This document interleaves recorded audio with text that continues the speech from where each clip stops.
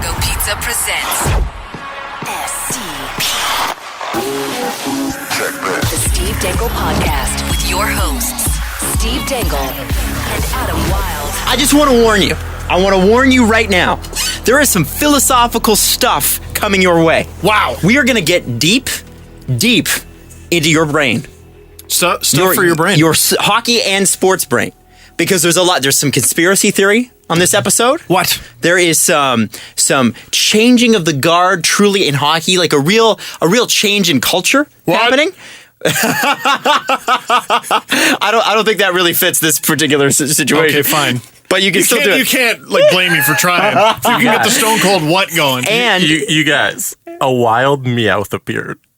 Oh, and Jesse has his Game Boy on, and he's playing Pokemon Blue. Oh my god! First of all, Meowth sucks. Yeah, Meowth does Just beat suck. him up and take the HP. And why? Like, he throws away money, and that's a move? I know. Get out of here! Come on. And then, okay, finally, also, I want to say on the show, we have to talk about. I think the same problems that exist in baseball exist in hockey. And I'm referring, of course, to Goose Gossage's profanity-laced tirade that happened earlier. Goose. And by the way, the conspiracy theory has to do with Tinordi and the changing of the philosophy in the NHL, which we will get to first. Darnell Nurse and Max Domi. Very weird. Very weird situations. Not too weird, but sort of weird. No, I'm going to go with sort of weird. Sort of weird. Because they got suspended for... I mean, I'm not saying this has never happened before. I'm sorry, are you jumping right into this story?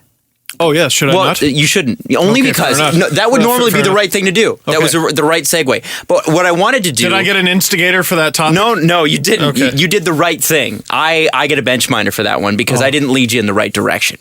And what I should have done is said, so to balance all the conspiracy philosophy stuff out, I have a hilarious clip from Jimmy Kimmel earlier this week of a hockey player being interviewed. Oh. And I was hoping neither of you has seen this because I haven't. Who's the hockey player? Absolutely hysterical. It's a high school hockey player from Minneapolis, Minnesota. His name is Mark Sendin. Charlie Conor. And it's I don't know if this is actually from Minneapolis, but he is from Minnesota. AA for Wazata High School.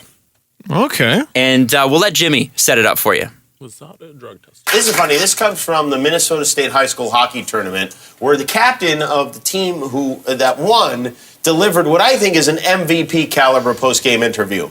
We had a few odd man rushes there in the first period, which was... I should just mention, you're listening for one particular phrase that he keeps repeating. Okay? Not good for us, but I mean, everyone had their nerves going and everything like that, and then, which we were glad to just keep them to one and everything like that. And then we went back after the period in the locker room, just talked about what we need to fix and everything like that. Stick to the game plan, get back on it and everything like that. So just paid off. Stick to the game plan. Stepping up defense and everything like that. Pitches, everything like that. Moving on to the semifinals. Your uncle Stu played here a while back, I think 20 years ago with Alexandria. Did you get any advice from him coming in here to the tournament? I got a nice long text from him this morning saying, don't let the atmosphere, get your nerves shaken up and everything like that. Just play your game, which is what I tried to do out here and everything like that. So, yeah, definitely helped from him and everything like that. You know what? It's just so good that the hockey interview never skips a generation. No. I don't know how to do it. There are ex-NHL players in their 60s, in their 40s, current NHLers in their 30s, 20s. There are players in the OHL right now in their rookie season, and they are all talking the same way. That's right. They're all talking the same way. Honestly, hockey talk is an easier tradition to pass down than Christmas. When he said my uncle, I half expected him to say, and Don Cherry. Yeah. And everything like that. It's true. We got these Europeans and everything like that. Wearing their visors and everything like that, all right? Frenchies. Rolling around on the ice and everything like that. It's a disgrace. And everything like that. But Don does how much time? He does a little bit more like everything Everything like that. Well, I mean, he's young. He's in that's high true. school, Adam. He's True. got time to develop the K. Yeah, fair. Now, I just want you to take that, and I know that was from an American player, but understand that most Americans' interaction with a Canadian is through either Justin Trudeau, who's in Washington right now, What a hunk. or hockey players. Most Americans' impressions of us, I would think, come from hockey players. And when hockey players talk like that, it sort of contributes to the whole Canadians are not the sharpest people up there, eh? It also connects to a conversation we were having recently, which is like, who out of popular Canadians are actually popular worldwide or in the States? Well, there's a lot more now than there used to be. Yeah? Well, Drake, Justin Drake Bieber, and The Weeknd, Shawn Mendes, Alicia Cara. But like I heard, like, so Nickelback supposedly was big in the States as well. Huge. But like Avril Lavigne wasn't nearly as big in the States as she was here. No, that's not true either. No? Avril Lavigne is Well, enormous then in the States. Our friend Derek lied to me. Derek is wrong. Avril Lavigne can sell out arenas in the States. Well, then you text him. So could Headley. No, they couldn't. There you go. There's one. Every American listening to this show has never heard a Headley song. You ever hear a singer and go, "This is CanCon for sure"? Yeah. This is Every day. Well, the thing is that there is with Headley, it's such a funny phenomenon because they can sell out an Air Canada Center here. They'll sell it out. the Air Canada. Bottom half. No, Are you sure you're not talking about Ricoh They'll Coliseum, section Adam? off the top half. Honestly, I have been there. They've done it.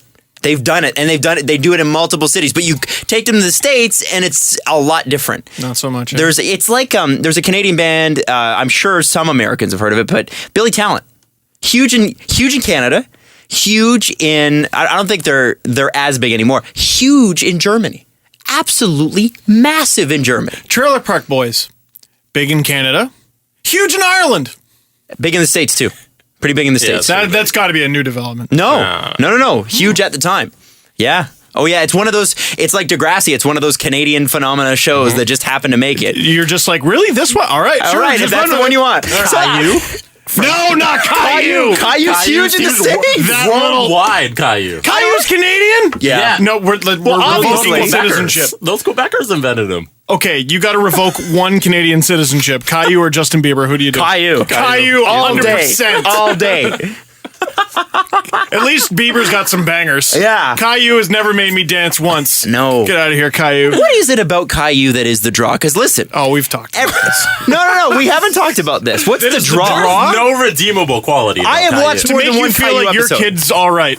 Like He is a terrible kid, right? You got a little brat at home and you're like, oh, my kid's so terrible. And then you watch Caillou and you're like, could be worse. Have you seen the Vine where it's like, he broke my special chair? No, Caillou. Fix your own damn chair. God. I'm looking that up after the show. Yes. Is there actually? There is. We should, It's awful. We should just put together a Vine account shaming Caillou. So like, so we go through all the episodes, take all Caillou the shame. Caillou shame, exactly. This whole conversation reminds me of a Twitter DM I got from an old friend yesterday. Oh, On a side note, heard your podcast on The Fan yesterday. Not my cup of tea, but I know why people love what you do. Congrats, kid. wow! If that isn't the most backhanded freaking compliment I've ever heard. I know. I'm surprised it wasn't Jeffler. Who is this person? Yeah, really. That's a Jeffler statement right there. Yeah. Who is it? It's this guy. Okay. It's just a guy. All right. I'll tell you after show. I'll tell you after show. That's funny. Yeah. Wow. I bet what he does too is okay. Oh, wow. Just okay? I bet it's just okay. Okay there, Carlisle. Adam Carlisle. All right, so let's get to it. Okay, Darnell Nurse and Max Domi. These situations, while not linked in real life, we think are philosophically linked. No, they're absolutely linked. Yeah. Okay, so first off, if you haven't seen the Darnell Nurse play, it starts with Roman Polak. Yes. It starts the play before. So Roman Polak and Matt Hendricks in a game between the Sharks and Oilers are both going into the boards at the same time. They're both going for the puck in the corner. And it looks, I suppose if you were watching it really quickly, that it looks like Polak might have hit Hendricks or helped him along or maybe even tripped him, and Hendricks took an awful tumble into the boards. When in fact, Polak didn't even touch him. Certainly didn't trip him. Certainly didn't shove him. Yeah, there was no real contact there, especially when you look at the slow motion. Yeah. And they've got a great camera angle on it. It was ugly. It was ugly, but it had nothing to do with Polak. But Polak gets 2 minutes for it. So that sucks. That's the NHL. Yeah, it's the NHL. Sharks kill the penalty off because they're playing the Oilers. Polak comes out of the box, and right as he's getting to the bench, there's Darnell Nurse, which is an awful person to run into. And Nurse just feeds him 8 good ones. Polak doesn't even get his gloves off. By the way, gets 5 minutes for fighting for that. Wow. Polak got 7 minutes in penalties for doing literally nothing. Just pulling that Toronto Maple Leafs luck with him everywhere he goes. Oh, just great. Luckily, James Reimer got a shutout in that game. Right. But, yeah, and then the That's result... so weird. That's just so weird. I know. That's so weird. Anyway. The result was, Polak's hurt now, and Darnell Nurse got a 3-game suspension. Which got some people asking some questions. Hold those questions. Okay. Let's also talk about Max Domi. Well, the question was, why did Max Domi only get 1 game? So what did Max Domi do? What happened? Ryan Garbett goes in a game between the Ducks and Coyotes. Garbett drills Oliver Ekman-Larsson. The homers on the Arizona Coyotes broadcast Oh my God. were Okay, screaming, that's a garbage hit. Hold Are on. you going to look it up? Do you want me to play it? Absolutely. Okay, I'm going to play the Arizona Coyotes call. We were giving... away for Columbus. Drop pass. And now Campbell cutting in behind the net. Gregory Campbell, the former Boston Bruin, to the front. Ball shoots. Oh, wait. That's the wrong video. Oh, here we go. Here we go. Okay, ready? Now it's coming. A big hit there, and now they have got to go after Garbett. Max Domi. Max Domi is going, and he's going to fill him in. Max Domi is going to go and fill him in. Absolutely. That was a garbage hit. An absolute garbage hit. By the way, the next time Ottawa Senators, Montreal Canadiens, Flames, Oilers, Vancouver, Jets fans, you're playing the Toronto Maple Leafs, and you say that the announcing is biased somehow before the Toronto Maple Leafs, I'm going to send you this video. Oh, yeah. You have no idea, guys. You have no idea. Jesse, can you look up who those people were? I think, what was it, Fox Sports Arizona? Good for Max. Is that what it was? Garbage hit. Garbage hit. Look at him. Hits him just...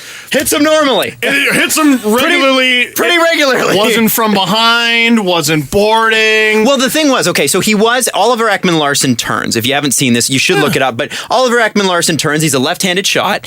And he gets nailed close to the boards, but not close enough that he falls into the boards. Could have got hurt. But that is hockey. And he was wide open, ready to be hit. Yeah. You know, he just didn't have his head looking the right way. In NHL player safety terms, he was eligible to be hit. Eligible to be hit. I like that. It's like he's going to go out for a date. Yeah, except he's going to get destroyed by Ryan Garbett. And he did. He got blown up. Yeah. Now, so what are the parallels? Because these are 2 young players, emotional, who are arguably sticking up for players on their team. But both players in both instances, you could probably make a pretty good argument, didn't really need to be defended because they weren't fully attacked in the first place. Okay, sorry, just to cut you off there. The play-by-play guy is Matt McConnell. I'm not sure he sounds familiar. Garbage. But the color analyst, who I think was the guy who said I love it, I'm not totally sure, is Tyson Nash. Oh, he's a former player. Remember that name? Yeah. Didn't he play for the Coyotes? Yes, he did. And the Blues? Yes, he did. I think also the Marlies for a brief bit. And played in Japan. Then I don't know why I know that. You can see why he probably liked it. Tyson Nash was an enforcer. I don't know about enforcer, but a fourth liner. Well, he fought people. Yeah, sure. I mean, Steve. you usually have to when you're trying to stick in the lineup. Okay, let's just blow up Tyson Nash's spot right now. I mean, no. That's Oliver Ekman-Larsson. Or no, sorry, I guess it's Ryan Garbett. That was a garbage comment. Shut up. Well, okay, so there's a lot of parallel to be drawn here. Yeah, well, they're both instigating suspensions. They're penalties for suspensions for instigating. Which, by the way, can you think of another one before these two? Instigator suspensions? No, I can't. No, I know they have happened, but they must have. But nothing notable. I can't think of one. I can't think of the last time an instigator wasn't just... Fearless producer Jesse is on it right now. 2 minutes. Yeah. I thought it was just 2 minutes. So there's a change in ideology there, although not amongst everyone, as we just saw with Mr. Nash and the broadcast crew. You know what would suck is if it wasn't Tyson Nash who said that. Yeah, seriously. Anyway, so the parallel is Domi and Nurse both fought totally unwilling combatants. Now, there was a bit of a difference in that Domi was more heat of the moment. The hit was thrown, and he was just responding right away. To what he thought he saw. Which is what the play-by-play guys were doing. For sure. I've done that before. Absolutely. I've yelled and screamed and gone, hey, what are you talking about? Oh, yeah, okay. Yep, that makes sense. As soon as you see the replay, For sure. you go, oh, yeah. It happens. That happens. That's human nature. And if you let that clip keep running, you see the garbage hit. Okay, well, you see here, Ekman Larson gets hit. And Yeah. they kind of go, well, maybe it wasn't. Domi was more heat of the moment because he was on the ice when it happened. Whereas the Polak incident with Nurse, well, the Polak incident with Hendricks, I guess, they had the full 2-minute Polak penalty to Cool down. But also... And they had a penalty, by the way. But also to target Polak. We're getting him back.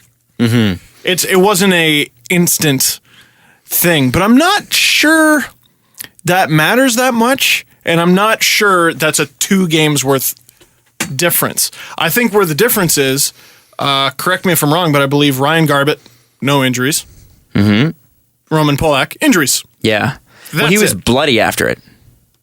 Polak? Yeah. Oh, yeah. You don't want to fight Darnell Nurse willingly. No. Let alone have him get 8 free ones. He's a big boy. He fought Milan Lucic. He's a rookie. Now, let's take this and let's compare this to 5 years ago. 2013, Leafs versus Montreal Canadiens. Golden Orr goes to throw a big hit. There's a big brouhaha. Rene Bourque gets in his face, gloves on and everything, and Orr just blam! Clocks him right in the face, and with a punch that would have knocked all 3 of us clean out at the same time. If they lined us up back to back. Would have gone clear through both of our heads and then knocked Jesse out. Absolutely. We'd have been dead. We'd just be dead. All dead. Dead. Dead. Golden Orr would have worn us all on his wrist like a bracelet. Or around it in a necklace, like he would have put rope through it. Like a shark's tooth. Absolutely. But less threatening. Totally. Yeah. Yeah. That was only 3 years ago, 2013. And I couldn't help but, watch what Nurse did and watch what Domi did and just go, that was the 2011 Bruins. That's how they won the cup. Yeah. That's how they won it. That's what Vancouver is still trying to be. Yes, exactly. Vancouver is still trying to be Darnell Nurse and Max Domi. Here's something interesting. Domi's suspension might not be for instigating the fight. It might just be his automatic 1 game for fighting the last 5 minutes of play. Oh, so he didn't. Is that a rule? You could say, oh my goodness. So you could say he gets nothing? Yes. In theory? Yeah, because he gets his automatic 1 game for fighting the last 5 minutes of play, and that's it. So, He's suspended. By the way, that I don't get. How is that a rule? That is the dumbest rule. Nah, I guess to prevent incidents like that, basically. Well, it's done a great job. Well, it kind of has, because I can't think of another instance where it happened. So, this represents a big philosophical change. Absolutely. Interesting to note that I believe a week and a half, 2 weeks from now, the big concussion lawsuit that many former players have launched against the NHL goes to court. You think this is maybe a look at what we're doing? I think it definitely is. And if I'm the NHL, that's exactly what it is. Because you need to play the PR game on this one, right? You need to play the PR game with this court case. This is a big, big court case. Now, I know one of the bigger players just dropped out. We're not going to get into that court case because, frankly, it's a big, scary, long thing. None of us are lawyers. Yeah, and there's amazing pieces written on it, and we'll just let you read them. But the interesting thing for the NHL in this is that they have some skin in this game beyond just player safety. I think has more to do with the realization that traumatic blows to the head aren't good. Yeah, and then you can't just skate them off. You can't just walk them off. It's not okay. Mark Spector took some heat today. And I mean, the first time I read it, I was like, oh, you're so wrong, completely wrong. But it was basically Darnell Nurse gets 3 games for being exactly the type of player that every GM would love to have on their team. And every GM and coach and player in the league would like to have on their team. Totally. Yeah, he's right. Like, he is absolutely right. So I'm not sure how much the ideology has changed. Well, what's going to be interesting, I think, in the next 4 or 5 years, well, in the next 2 or 3 at least, is the 2 different things the NHL wants to be, right? The NHL on one side wants to be a league that is forward-thinking, that is, great entertainment, that is safe, that is a family game. But on the other end, it wants to be tough and fast and, stay true to its roots. I think Bill Burr had something like that on his podcast. It's true. Like, just be what you are. Just be this kind of cowboy sport, where crazy stuff happens sometimes. Well, that's what the NFL does. You notice the NFL, honestly, when it comes, let it happen, but they parade like they're not, though. Mm-hmm. I don't know that they do. I haven't seen NFL say much about head injuries. They just don't say anything. I think they parade around like they're UFC. Making a lot of progress. UFC. Well, UFC does not care.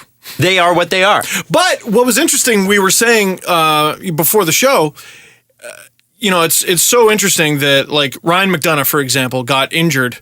I think got his jaw fractured and got a concussion by getting clocked by Wayne Simmons during a hockey game, which is perfectly fine. Well, it's not perfectly fine. But hockey's allowed, and that's sort of allowed in hockey in that you don't get kicked out of the league. Meanwhile, UFC is not sanctioned, or MMA fights are not sanctioned in New York. You know what's also not sanctioned in UFC? Direct punches to the back of the head, which Domi delivered at least 2, maybe 3 to Garbett during that fight. I just found that very interesting. So what the UFC needs to do to get around that is obviously have their players skate into the octagon. Yes, exactly. Yeah, that's literally all they'd have to do. If you want to punch someone in the back of the head, you need to leave Ultimate Fighting and join the NHL. Yeah. Now, wow. Yeah. Yeah. Now I wonder if the NHL is going to have to get super specific like the UFC has. And, fighting, still a 5-minute penalty, but if you accidentally punch the guy in the back of the head, you're getting a game. You're getting a $5,000 Well, knowing the NHL, fine. they will, because they love to get super specific and then not really be able to enforce it. Well, and then we're going to have slow-mo videos, and we're going to have another conversation of, well, this punch to the back of the head was okay, but Darnell Nurse got 3 games for that punch to the back of the head. We're now in the 3rd season of the Steve Dangle podcast. Mm-hmm. In the 1st season of the Steve Dangle podcast, Steve said... Mm-hmm. He asked a question, Jesse. He said, when will fighting be out of the NHL completely? And I said at the time, I don't know, 10 years. Because remember, at this point, the Leafs still had guys like Colton Orr and Fraser McLaren, and they were still glorifying the fact that they were tougher, the Bay Street Bullies, Maple Leafs, right? Sorry, continue. And Steve said, I think it'll be gone in 5. And I said, you're crazy. I think... the more these things start to happen, and obviously we've seen, especially in the last 18 months, a monumental on its axis shift. I think we're just in the middle of this cycle. This pendulum is not done swinging, and I can't imagine an NHL where there are almost 0 fights. I can't imagine still, at least for a while, where they outlaw it. When's the CBA up? 2018? I think it's or the out clause. Yeah. There's the out clause, which everybody always takes the out clause. I wonder if that's one of the hills. I wonder if that's one of the hills. When we start up next CBA, next collective bargaining agreement, if you fight, you're out. Who's against it? Who's against fighting, and who's for it? A lot of the players are for it, and I think a lot are against it too. Do you think? Well, and then the PA would be divided again, which then the NHL would conquer them again. Okay, so I just wonder. I'm completely throwing that out there. You were saying guaranteed contracts. I think that I definitely think when the next collective bargaining agreement happens, they'll have guaranteed contracts. You have to have guaranteed contracts, but I think that they'll make buyout penalties less stiff. Sorry, Gary, what's that? You got your hand raised over there? I don't think you have to have guaranteed contracts. Well, no, yeah. Well, I don't think the NHLPA is not going to play without guaranteed contracts. We've seen what happens in football with that. It's not good. But at the same time, I think you have to allow the teams that do have more money to be a little more flexible. Well, I think the Leafs have been plenty flexible. They sure have. They sure have in a creative way. Now we gotta go and then come back. So we're on Sportsnet 590 The Fan. You can always download the Steve Dangle podcast at sportsnet.ca. When we come back, we'll wrap this up, and then we got to get to a conspiracy theory on Jared Tinordi. Oh my goodness, double Coyotes talk. Yeah. Didn't even realize. When does that happen? Jesse, do you have something to say before we go to break? No, go ahead. Okay. It's a great way to go to break. Well, hey. So to answer your question, Steve. What was the question? 3 years ago when you asked that question about fighting in hockey, everybody's answer should have been hopefully soon. Because every 4 years we watch hockey without fighting in the Olympics. And it's fine. And we all love it. We don't need fighting. Who cares? Yeah, I guess. Well, you know why? Because the Olympics is the highest talent level there is. So is the NHL. No, in the NHL, you have 30 teams with 20 guys on them each. Yeah. And even on every Stanley Cup winning team has plugs. So competent bums. Well, if you're talking about the highest talent level, you're talking about like 3 teams. No, but like Team Canada's, no one on that team needs to fight. Mm-hmm. No one on Team USA needs to fight. Russia. No one on Team Russia, Finland, Sweden. Finland. Yep. Czech Republic, and then you start getting down there.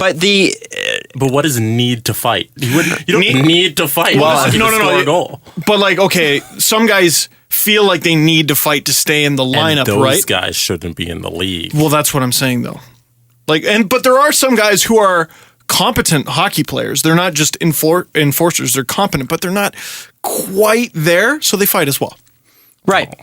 You should, if they don't have that option, hopefully they'll. Well, it's an old world hockey. Well, I think it's funny because you guys agree with each other. Yeah. But I'm playing devil's advocate for sure. But I'm also saying the argument that a lot of people do. Totally. Listen, we especially, I think my generation.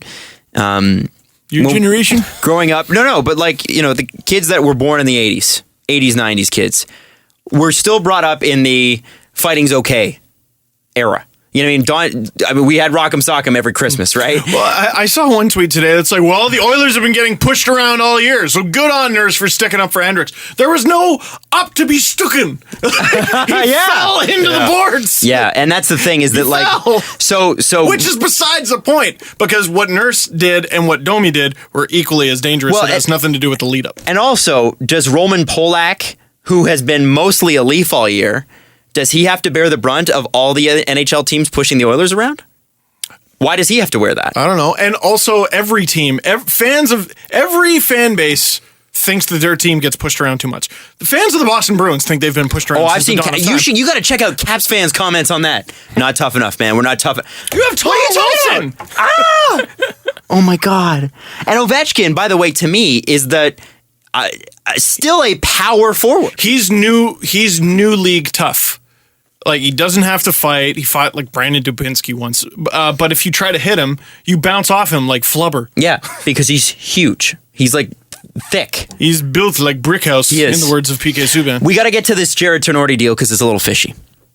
There's a little bit. Okay, so it goes back to, of course, John Scott. Just when you thought you were done. Jared Tinordi. It's you slam the casket shut on the Undertaker.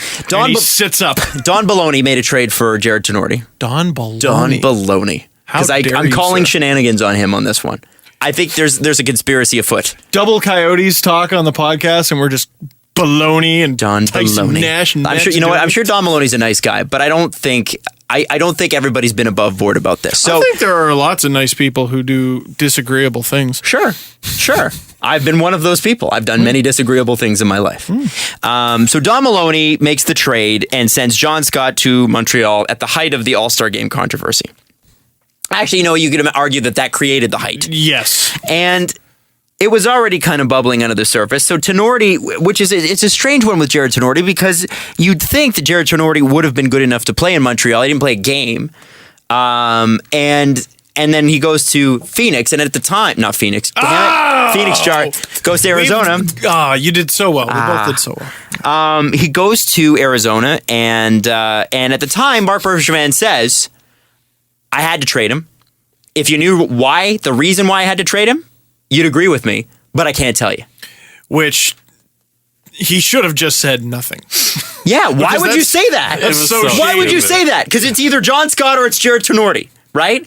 In terms of, because here's the thing. Now Jared Tinordi has been suspended 20 games for taking a banned substance. A test he tested positive for in Montreal. Now, and then Elliot Friedman was talking about it on Tim and Sid, and it sounds like it's even more confusing than that.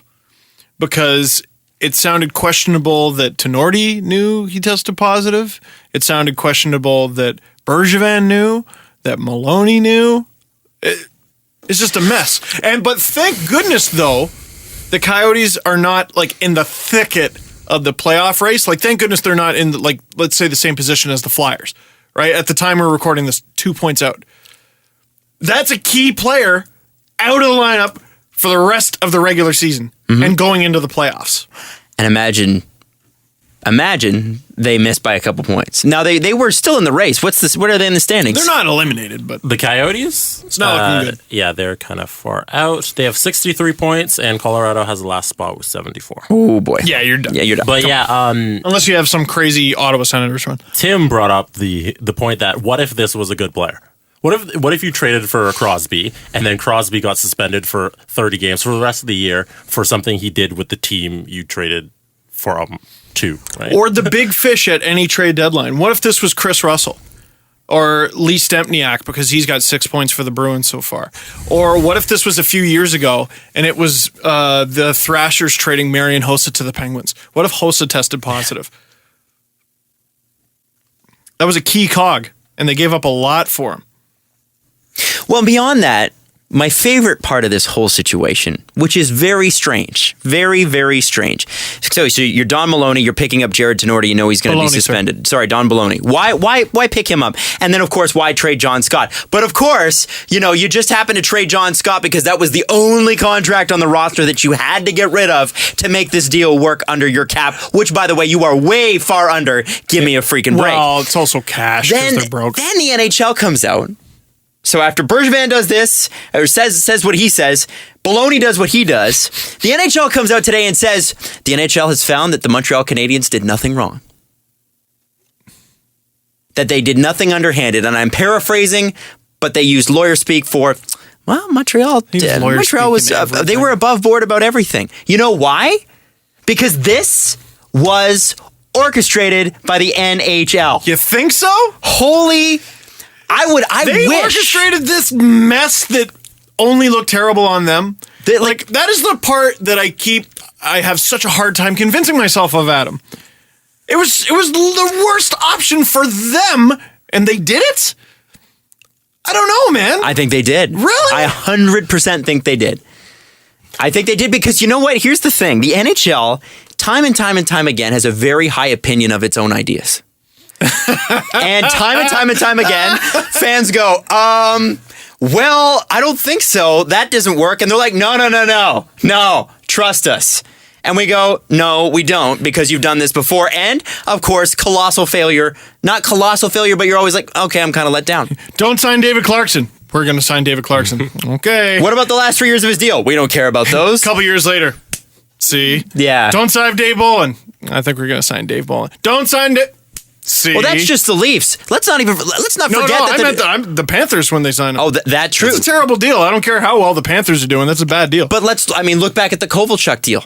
The Kovalchuk deal in New Jersey, where, by the way, New Jersey lost a bunch of draft picks, but then somehow when Kovalchuk left, give it back. Give it back. Okay, so what specifically do you think the NHL did? I think the NHL initiated the trade. They made a call. Scott? They made a call. And they say, hey, trade John Scott for... They said, find a way to trade John Scott. No, I don't think that. I think what happened was they said, find a trade partner and move him. Mm-hmm. Move him. Out of the division. So Don Maloney looks at, I don't know where the relationship with Montreal develops. I don't know if there's a previous trade relationship there. I don't know if they're friends. I don't know if they know each other. Did Don Maloney work in Chicago ever? Bergevin did. Well, I know that. That's why I asked.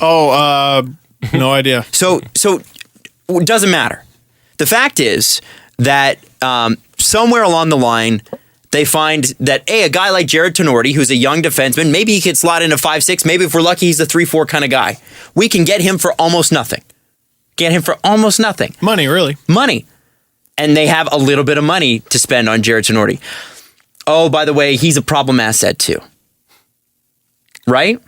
And maybe Montreal knew that this would blow up in Montreal. Like, if Jared Tinordi tests positive for this in Montreal and is a Montreal Canadian, with the way their season has gone, big story. If he does it in Arizona, not really a big story.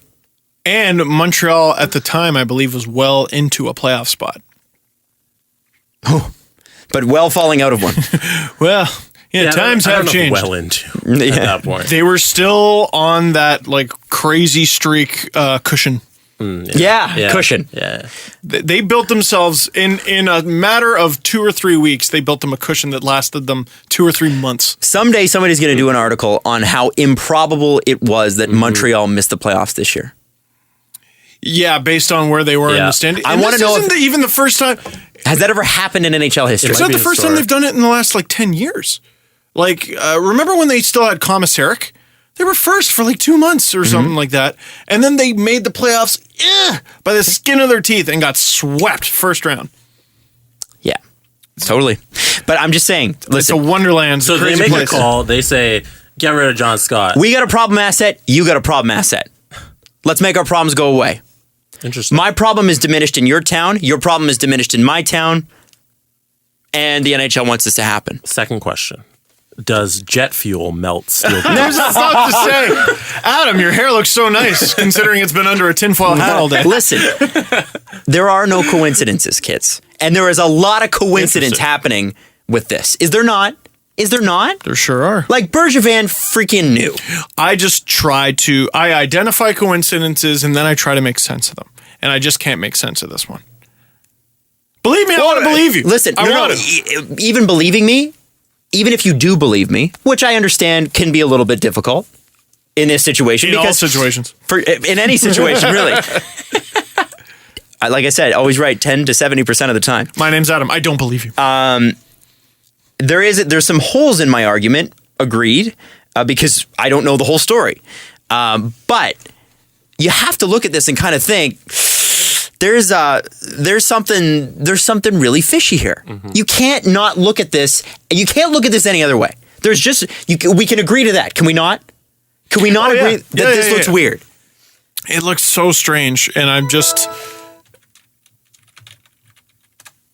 It's okay, Steve. It's just my email. No, I just figured we could cut that. Apparently, no. It's staying in. It's staying in. All right. Radio portion and everything. Live radio. Wow. Sorry. Like, you have to agree with me. I was trying to be a professional broadcaster for a second. What is? That's a miracle. Once again, that Twitter DM said it's not my cup of tea, but I see why people could like it. So, okay, Steve, can you come that far? If I come 90, can you come 10? Can you agree that it's fishy? That sounds dirty, but yes, I was can. just about to say that's disgusting.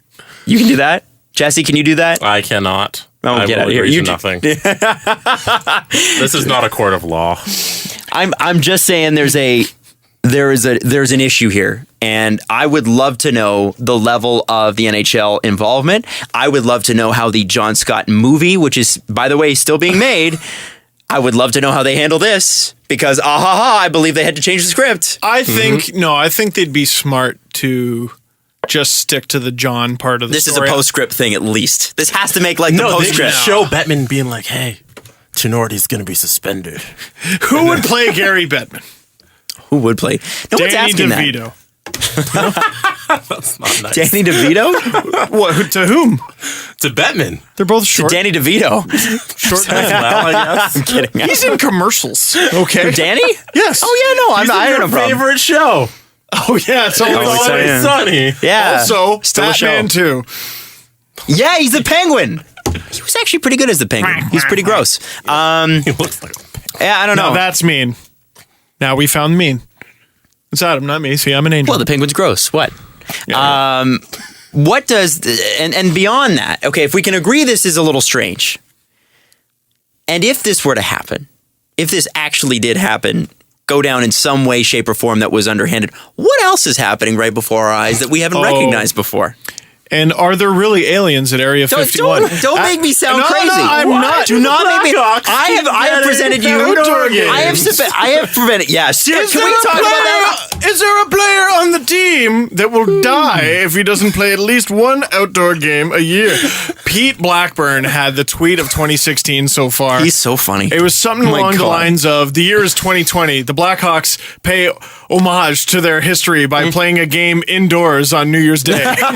By the way, Hilarious. dude. Okay, does the outdoor game meeting go like?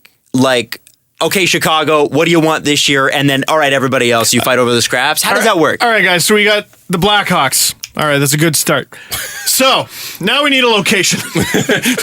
Where are we putting the Blackhawks this year? Yeah. Also, is it the fact that the Blackhawks, because it's got to cost teams extra money to put these on, right? To put this up front. No, the NHL actually foots the bill, and then they cover. I forget the actual. They recoup the expenses. Yeah, they have a number of the actual tickets that your arena sells times the number of seats in the stadium, something along those lines. Because of course it couldn't be simple. But the NHL is footing the whole bill for the outdoor games. Look, I got it here. Blackhawks fans, if you're listening, let me defend a couple things because I know, I based on my Twitter, a lot of you are upset at me. One, you're the big draw. That's why you get the games. Mm-hmm. I get it. Number two, Artemi Panarin is having an exemplary season, and he's a very good hockey player. People were very upset about that. Yes, they certainly were. About what? I wasn't calling him Panarin. bad. Yeah. About us on the last show? Yeah. Okay, you're the Blackhawks. You can have Panarin or McDavid. Who do you pick? Thank you. Done. That was it. That was my only argument. Chicago fans are picking Panarin.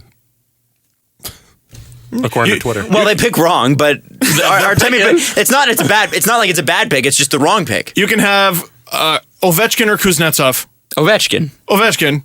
But that doesn't mean Kuznetsov sucks. No. He's just his amazing teammate. He's not Panarin. Steve, you're either with us or you're against us, said every Blackhawks fan. You know what? Screw Artemi Panarin.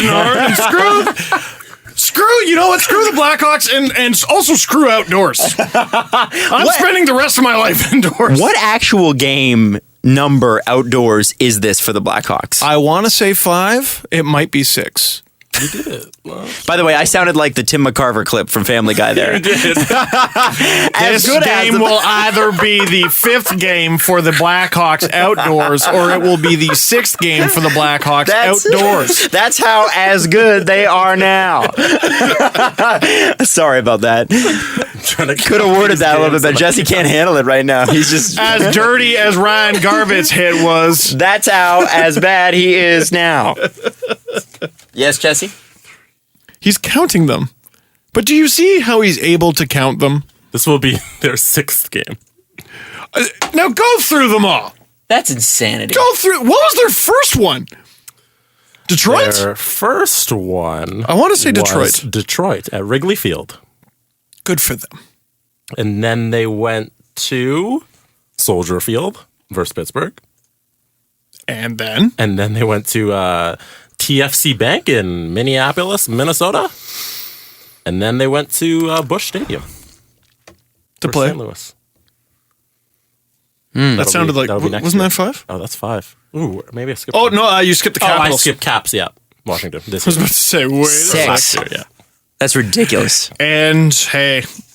I mean, they have won 3 cups in 6 years. You got an amazing team that fans, particularly American fans, want to watch. Yeah. I can't hate that. The NHL is pretty smart. They're going with one of the only teams that can give them national numbers. And that's what they want. Can't hate it. Years, too. Yeah, it is. Can't hate it. Do you know their record? The record? Oh, their record. Haven't they only won like one of them? Adam? Out of 5 games so far. 4.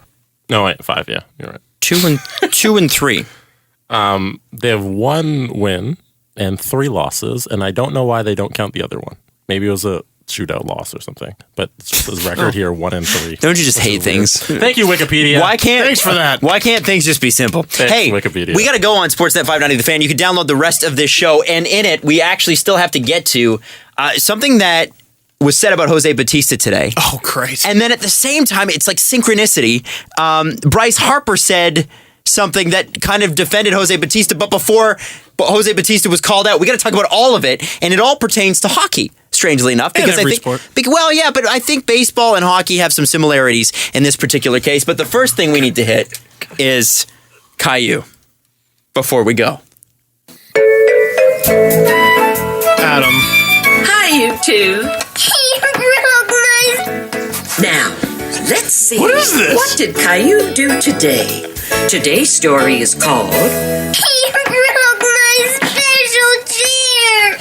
Listen, pause it. It was an Pause accident. Adam. The sentence is, he broke my special chair. And he said, he broke my special chair. I hate this kid.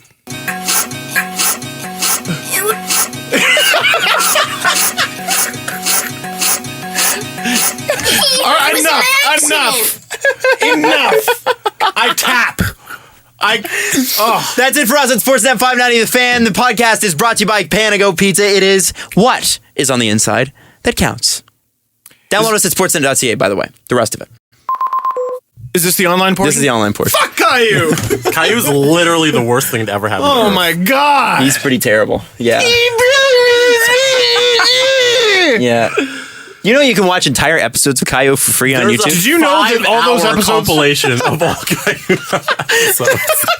Caillou comps. World star. It's so stupid. That would be great to see on World Star. Oh, yeah. They got the graphic and everything. Yeah. And then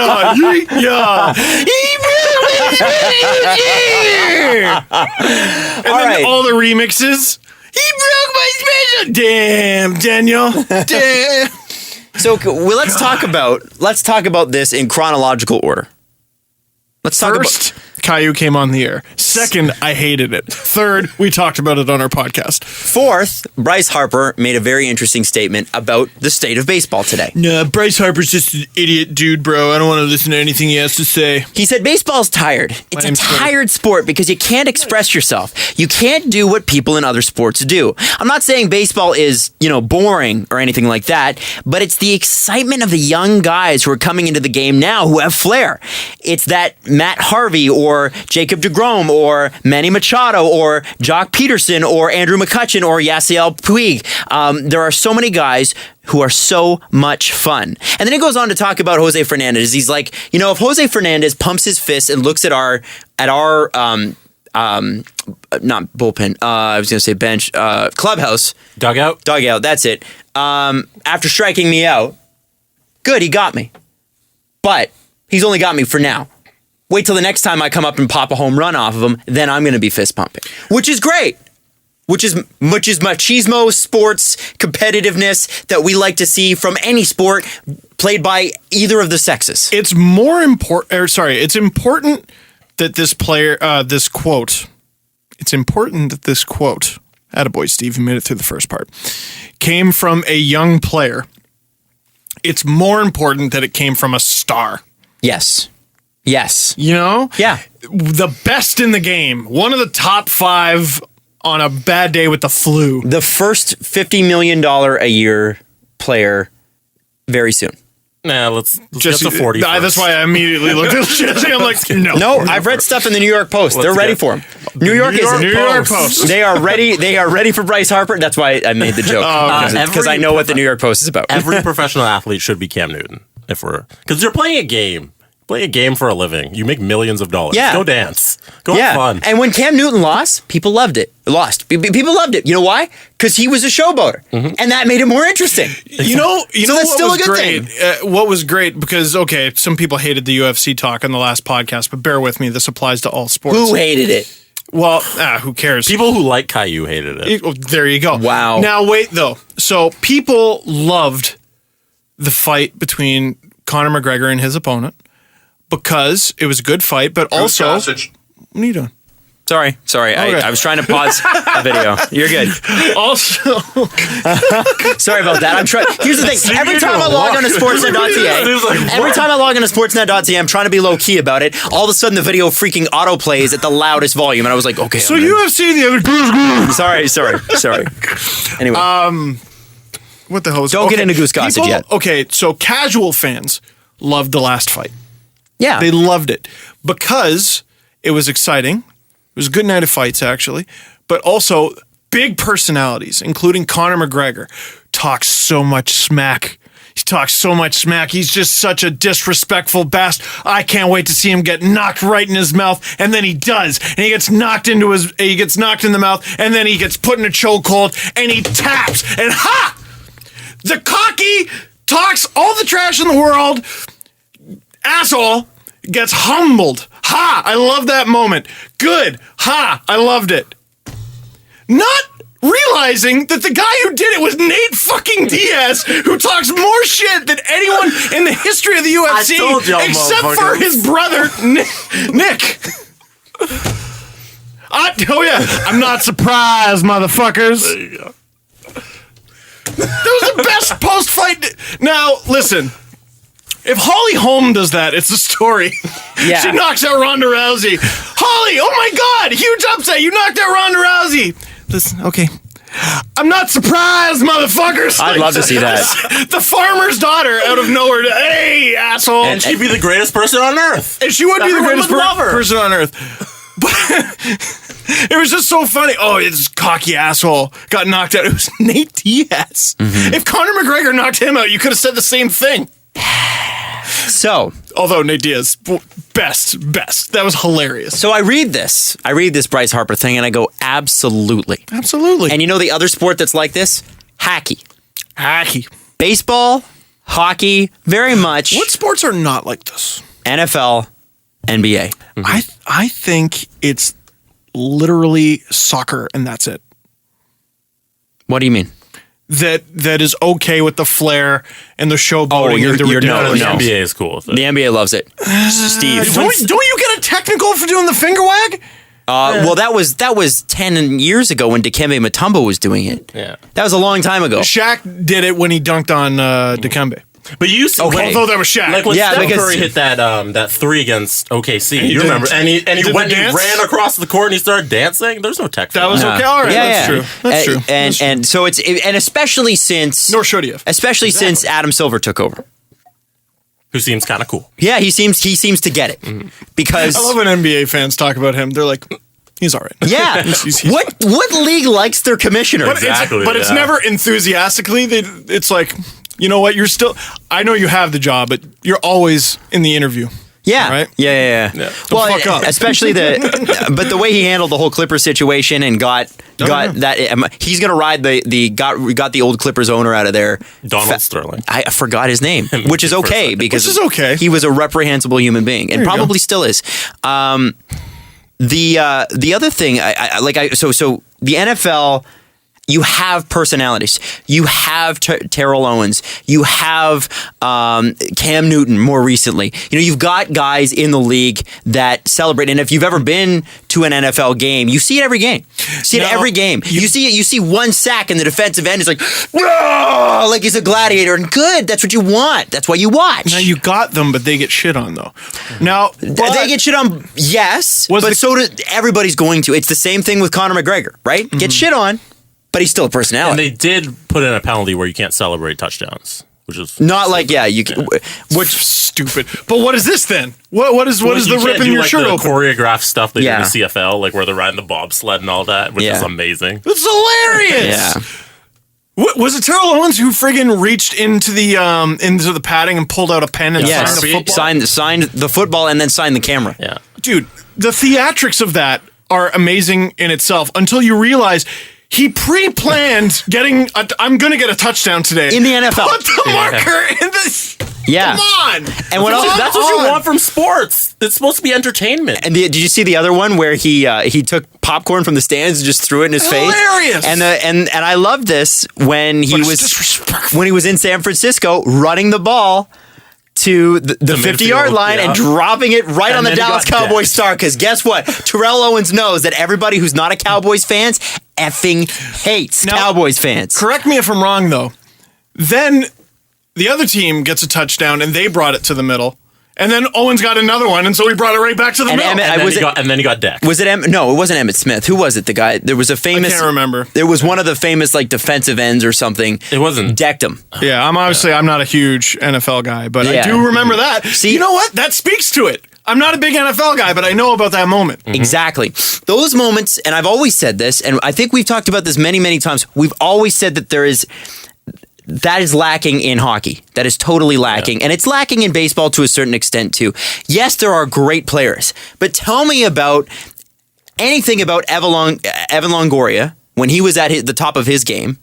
You're racking your brain to find out even who he is. I don't. He know was what team for a he couple plays seasons one of the best players in the game. I'm sure. Ryan Howard. Tell me about Ryan Howard other than his stats. I love his movies. That's wrong. I know. I'm just going through it. Like Ryan Howard's not great anymore, but I'm talking about great players that have identifiable characteristics outside of playing. I'm talking about personality. I'm talking about one interesting thing Derek Jeter has ever said in his life. You know who I can remember growing up? The first baseball player I can remember? John Rocker. Do you remember him? Well, that wasn't quite positive. No, but do you remember John Rocker? Oh, yeah. Yeah. Terrible, terrible situation. But you can identify a characteristic there. Racist. Racist freaking idiot, right? Now, I'm not in any way. I know. I'm not insinuating that. I know. Going down. Right? I realized the hole in my argument. But the point I'm getting to. No, I see. The point I'm getting to is that in baseball, it's so frowned upon. So then we get to Goose Gossage, who is a grizzled dude named Goose from a bygone. By the way, is there a more baseball name ever than Goose Gossage? Chuck Knobloch. Chuck Knobloch's yeah. That's a good By the one. way, one of the best shortstops to ever play the game. Tell me anything about him. He was second base. Was he second base? His stance was funny. His batting stance was funny. That's it. That's it. Personality and a stance. Like who's the biggest personality in baseball right now? Probably Bryce Harper. Yeah. Bryce Harper. Jonathan Papelbon? Jose Bautista. You ask people, and what I mean by definable characteristics is if you ask somebody about that certain player, they'll have an opinion. And the thing is, the point I was trying to make with John Rocker, and then later on Barry Bonds and Mark McGuire and Sammy Sosa, is all of those guys you could define characteristics about, but they all had something negative attached to them. If baseball would just go out of their way to develop some guys with positive characteristics outside of their play on the field, that game would sell so much better. That's the problem, is that these memorable people are all negative. They're all really negative. Which sport has the biggest personalities? NFL, NBA. The NBA. You know, they market the NBA. Individuals and personality. Mm-hmm. It is true. You know who LeBron James is. Yeah. You know about his personality. You know Steph Curry's personality. Because they're the biggest stars. Mm-hmm. Totally. Kobe. You know who Kobe is. You know what Kobe's about. You don't know a thing about a baseball player. Kobe has been the way Kobe is for his entire career, but it's been fine because it's the NBA. Can you imagine Kobe Bryant, if he was insanely good at hockey, being in the NHL or in the MLB? Mm-hmm. Mm-hmm. Well, and this is my point. Basically telling his teammates fuck off every turn. Besides soccer, NBA has the biggest global reach out of anybody. Yeah, the reason I brought up soccer is I think it just has the most open shit talking. Yeah. You know what I mean? Like literally pointing and laughing at your opponent, telling them to get up. You can do choreographed celebrations in soccer. You can take off your shirt. You can slide. You can jump into the stands and kiss a fan. Team game, but still they market the individuals. Why? Because it's easier to market an individual than it is the team. Now, I am going to play for you the Goose Gossage interview. Looks like the old school versus new school debate isn't just happening in the What's wrong with Goose's voice? Welcome to your ESPN.com headlines. I'm Jen Latta. Yankee great Goose Gossage went all in on Jose Bautista recently. We are joined now by Yankee beat reporter Andrew Marchand. Andrew, what is the Hall of Famer's issue with Bautista? Well, actually, you know what? No. Why? No, because we don't actually have him on tape. Oh, it's not his. I was about to say we're going to have some guy politely reading his angry quotes. Yeah, I'll read them to you. He said Bautista is a fucking disgrace to the game. Now, Adam, it's bleeped. No, well, ESPN has F-ing. That's how you should have read it. Why couldn't he be farting? Bautista is a farting disgrace to the game. I wasn't ready for that. He's embarrassing to all the Latin players who ever played before him. Let me read that sentence to you again. Okay? Farting disgrace. Embarrassing to all the Latin players whomever played before him. By the way, it's not whoever, it's whomever. I laughed boogers out of my nose there. Throwing his bat and acting like a fool, like those guys in Toronto. Jonas Cespedes, same thing.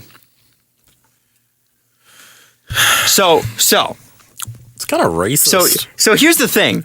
I didn't say what that. Would you what would you rather have? What would you rather have? You got a professional athlete for a kid, okay? Guy or girl, doesn't matter. Your kid, in a very big moment, in a big playoff moment, scores a goal, hits a home run, hits a three-pointer, you name it, and they celebrate over that. In that big moment, they celebrate over that. Would you rather have that for a kid or a guy that goes on an expletive-rated tangent? Like an R-rated tangent. Which would you prefer? Who's the better ambassador of the game? Everyone remembers that excellent Bobby Orr goal where he goes end-to-end through every player. I mean, which goal was that? And then he puts his head down because he knows he embarrassed the other team. But no one wants to talk about when he scored the Stanley Cup winning goal and went flying through the air. What disrespect, that flashy Bobby Orr asshole. Right. How dare he? Right. All this discussion reminds me of, everyone uses the old man yelling at the cloud thing. They're using the wrong Abe Simpson reference. It's funny that you say that because that's what Deadspin called their article today. Old man yells at cloud. Well, that's what it was. What it reminds me of, though, is the scene where they're watching football on TV. You see that? That's a haircut. Yeah. That's exactly what it reminds me of. Yeah, and Joe, what is it, Joe Namath? Joe Namath, yeah. That's a haircut you can set your watch to. That's the line. What a great line. But that's the thing. Jose Bautista, no, I want Cliff Simpleton. I want Cliff Simpleton. I was just trying to think of a boring name. Wow. Hey. Up next for the Boston Red Sox, Cliff Simpleton. He's batting .303 this year. He's got a hot bat. Bud Budsky. Bud Budsky. Think about baseball players throughout the years. Now, there are going to be some notable exceptions to this, but it goes back to the John Rocker, Barry Bonds, Mark McGuire, Rafael Palmer, all the people that were embroiled in the thing. Everyone hated Barry Bonds. Yeah, because Barry Bonds was an a-hole. I'm not going to answer that question because it was stupid. And he cheated. And he freaking cheated. John Rocker, everyone hated because he was an a-hole, but everybody had an opinion on them. You know what else everybody had an opinion on? One of the discernible personalities of baseball? Babe Ruth. Babe Ruth, a womanizing, drinking, crazy man who could score, basically get a hit home run anytime he went up to plate, or he struck out. How many of you have watched a boxing match in the last 10 years that wasn't Mayweather-Pacquiao? I watched that fight. I didn't watch it for the boxing. I watched it to watch Floyd Mayweather lose. That's right. And he didn't. The point here is that, as with baseball and with hockey, you need personalities to sell the game. You may not have needed it in the past in the same way, but the people who are in control of these leagues aren't selling to this generation anymore. I'll tell you. Or it never were. And hold on, just give me 1 second. Sure, because back in the day, there was a different mentality. It was, this guy is an honorable leader because he got 4 teeth knocked out, had a concussion, and came back and played. Well, there's some flaws in that. And we can't get behind that anymore. We also like guys with a little bit of flair. People with a little bit of flair. Woo! Right? I can guarantee you anybody between the ages of 20 and 40 don't feel served to by these two leagues especially. And if you look at both of these leagues and you look at their developmental systems, I'm talking about minor league, pee-wee sports. They're two of the least played sports in North America. It's funny you mentioned that. So Jays games are fun to go to because we live in Canada and it's cold here. And Jays games are in the summer and it's nice and sunny and it's good to go there, have a few beers, look up at the apartment building, see if anyone is watching the game from the balcony, with the dome open. And it's cool hanging out with other young people that are doing that, which is what so many young people in the city of Toronto do. But sometimes you sit in a section with those people who watch baseball with the sheet and actually fill out what's going on. They're keeping score. Like it's not 2016. And don't you ever feel like you have to kind of be quiet around them? Don't you feel like you're bothering them at their baseball game? Well, that's the point. You're interrupting their baseball game. That's who the MLB's catering to. Is I know, those guys. and it's fucked. Why? Why are they catering to the? Because it's guess what? How many people in the stands are doing that? 50,000 people there. Just ballpark it. How many people are actually doing that? Like none. Fucking 3. Well, fucking 3 guys. Here, and they're all friends and they all hate each other. I've but never they're seen- the only 3 guys each other's ever known. Since 19. Exactly. Exactly. They also- wore onions on their belt because it was the style at the I time. sent you a clip. You should play it. Oh, okay. You got something? What do you got? Wow, that was an authoritative producer. By the way, the guy is Johnny Unitas. It's Johnny Unitas. Johnny Unitas versus. Wait, here, play that clip again. That sounds just like Goose Gossage. My point is, it's a really long point. Spanish. Really long point. These 2 sports desperately need some personalities with some positivity surrounding them. Like, you know what? I would love to see a cocky hockey player. I'd love to see him. And you know what I would love to see? You see it every year. I want shit on. I want to see him win, and then I want to see him get filled in too. You want to see the cocky hockey player win, but you also kind of want to see him get blown up too. Right? Dude, Brad Marchand, every single I was time. going to say someone else. Oh, well, no, I was going to say. Well, I mentioned him specifically because every time he goes to Vancouver, kisses the ring finger. Oh, he's such a jerk. I love it. I love it. You know how you shut him up? You kick the Bruins' ass, and then you go win the Stanley Cup. Can't do that? Well, I guess he's going to keep talking. That's it. Love it. I love that. You know, you And I hate when we have to play Marchand. You don't like it when Bryce Harper hits a home run? Well, learn to strike him out or walk him. I don't know what to tell you. Don't like it when Bautista celebrates? Then don't throw him a pitch that he's going to blow out of the meatball over the plate during Game 5. Right. I was going to say, Montreal tried to beat the fun out of PK Subban for the first 10 years or 5 years of his career. How much? Yeah, seriously. And you know what?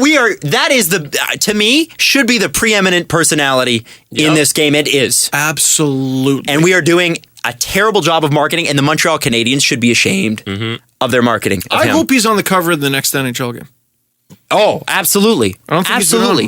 And it's not, listen, it's not that Montreal hasn't gone to great lengths to promote PK locally, but they should be all over the NHL to be like. He should have his own talk show. He just talks about non-hockey stuff. Freaking Ben Roethlisberger does in Pittsburgh. He's got PK knows. That's what it should be. Yeah. PK knows. Here's one that I've wondered to myself. How much did Yakupov's second career NHL goal mess with his career? Oh, when he got excited? You mean when he was excited about scoring in overtime and Don Cherry ripped him a new one? I'll tell you one that I keep watching and I go, please don't fuck this one up. Please. And last night when the Leafs beat the Islanders, I was like, oh, they're going to say something about this, aren't they? They're going to, oh God. And luckily, everyone had their head out of their ass and they didn't say anything. Soshnikov. Woo! Spinning his finger and everything. The game wasn't even over yet. Clutterbuck could have gone down the ice and scored on Sparks. Shootout continues. That goal doesn't mean shit. But woo! Got the crowd going. And I was just like, oh no. He's showing flash. Game's not even over yet. He's young. Oh shit, he's Russian. Thank God. But it happens every single year. Well, are we expecting something from Don on Saturday, do you think? Fuck, you're right. We're not even out of the woods. Hockey Night Cinema! Because remember what happened last time at Hockey Night Cinema? Oh yeah. That was a Primo Don Cherry. He brought 1992 back in a big way. Yeah, and if you want to know what he did, we broke it down in a previous episode, so look it up. That's right. Shit, you're right. I'm telling you, man. Oh my God. Listen, you've got to, if you don't develop stars, if you don't develop personalities in your game, then the only personalities that people are going to remember are the negative ones. And that's the thing. Control the personality, control the message. This is the first freaking line of the book that hasn't been written yet on how to control the media. Put your stars in front of them. Do you want to know about how the MLB is spying on you, or do you want to see Mark McGuire hit some dingers? Dingers. Right? Dingers. You know what? Give us more dingers. Give us more Bautistas. Give us more Harpers. All right, here's this kid. There's Soshnikov here. Soshnikov's going down there. He's getting in everyone's face. He's going to get his clock clean one day, but they keep taking those guys out of the game, because, we got to be good for the kids and whatever, and everyone going to the game. But he's going in there. He's getting in everyone's kitchen, and there he is celebrating the shootout goal. He's going to get his teeth kicked in one day. But then we got this Zach Hyman kid. Big guy, plays the game right, and there's a haircut you can set your watch to. Let me tell you about the Hyman kid. Listen, stop playing Goose Gossage talking about Latino players, okay? This is the Spanish version of that Simpsons thing. I want to read I'm going to try to pronounce the caption too. Mira qui patira. Parce una mujer. Mujer. It's hard. Good okay? job, Adam. Spanish is hard. Okay, good job. Good effort. Jesse, did you give me another one? No, it's something else. Okay. Now this is great. I just want to point everybody to vote for this. Yes. Okay. so Steve, I don't know if you know this, and this is going to be the in-game promotion of the week. But we're not going to make you guess. This is it. We're just going to explain it. Jesse sent this. Oh. It was in our group, but you didn't look at it, which is okay. It's okay because it's actually really funny. So the Sharks want to have their fans pick their next goal song. Oh, we're not going to fuck up another vote. Come on. No. We're not going to fuck up another vote. Dude, we didn't fuck up the first one. We got it right. You're right. Okay? Okay, hijack them. And by the way, nobody's career is at stake on this one, so this is okay. All right? Now, the Sharks have several different choices for you because they were smart. So wait, there's a limited amount of choices? Yes. Hey, they learned. So it can't be Yas Bitch. It can't be, Respect from or Walk, sorry, from can't be Pantera. Anything by Peaches. No. No. But do you want some of the other ones? Yeah. I've got a couple of them here. Give them to me. Shark score! Tainted I don't have them in front of love. me. If you could bring them up. Okay, we've got Ain't Talking About Love from Van Halen. There you go. We got Jump Around from House of Pain. So some pretty basic songs that you're like, yeah, okay. I'm actually kind of surprised they didn't go with Jump, but that's probably because everybody else went with Jump. Now, this is great because the San Jose Sharks also offer up an alternative to the 5 songs. The 5th song is a song that the Sharks made themselves. Oh, no. And I want you to hear it and tell me that you would vote for this because how could you not? Here's Thornton now with Burns. He's got Burns, and it's 3-1.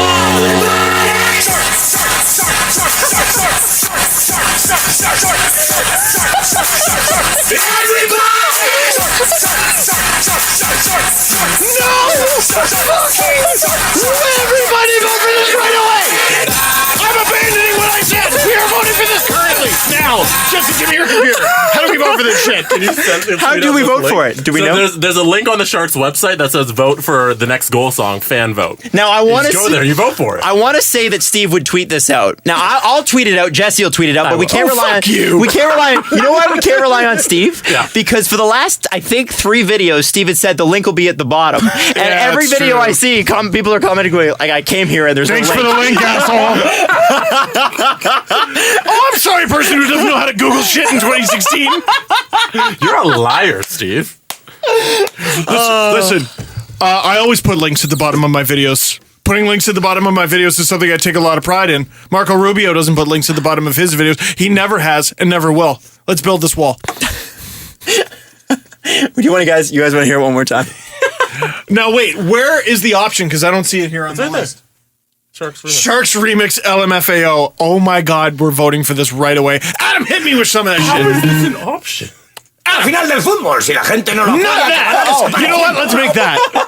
Can we do a fan vote for that? Here's Thornton now with Burns. He's got Burns, and it's 3-1.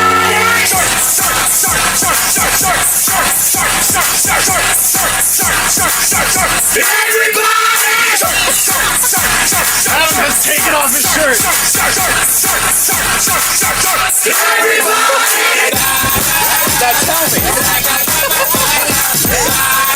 Tell me you wouldn't vote for that.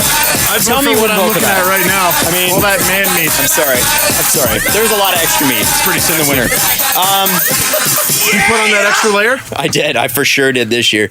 It was, what was so funny is that I had Jesse's just got his head down. I had to do a video on the street yesterday for Kiss, and it was and I had to take my shirt off outside. Adam, what is this? And Blake was like, "Wow, you look so much better. Like you look like you were." And I haven't been to the gym in 4 months. And I'm like, by the way, what the hell? She could have said, "You look good." It said, "You look so much better than before when you were disgusting." Well, no, because if she said I looked good, then it would be her admitting that I actually look good. Oh, so she didn't want to go that still far. Look bad, but you're like better than before, right? That's so yeah. Anyway, so First there's that. round voting ends on Tuesday, so everybody get your votes in. We are gonna get that done. Hey, so since we brought it up, we are 48 hours away from the time of this recording from Hockey Night in Cinema, and I am so bloody excited. And do we still have tickets left, Jesse? Did you see? I saw There you tweet were at the link. 14 this afternoon. I haven't checked. So they freed up, so people 14 tickets freed up. That was So- good. By the way, whoever you are, thank you for going to the Eventbrite page and deregistering. Yeah. I don't think that's a word still, but I'm still using it. Mrs. Dangle freed one up too, so there might be more. Oh yeah, because she doesn't need to register for one. No, her friend. Oh, okay. She didn't register for one herself, did she? Okay, good. Okay.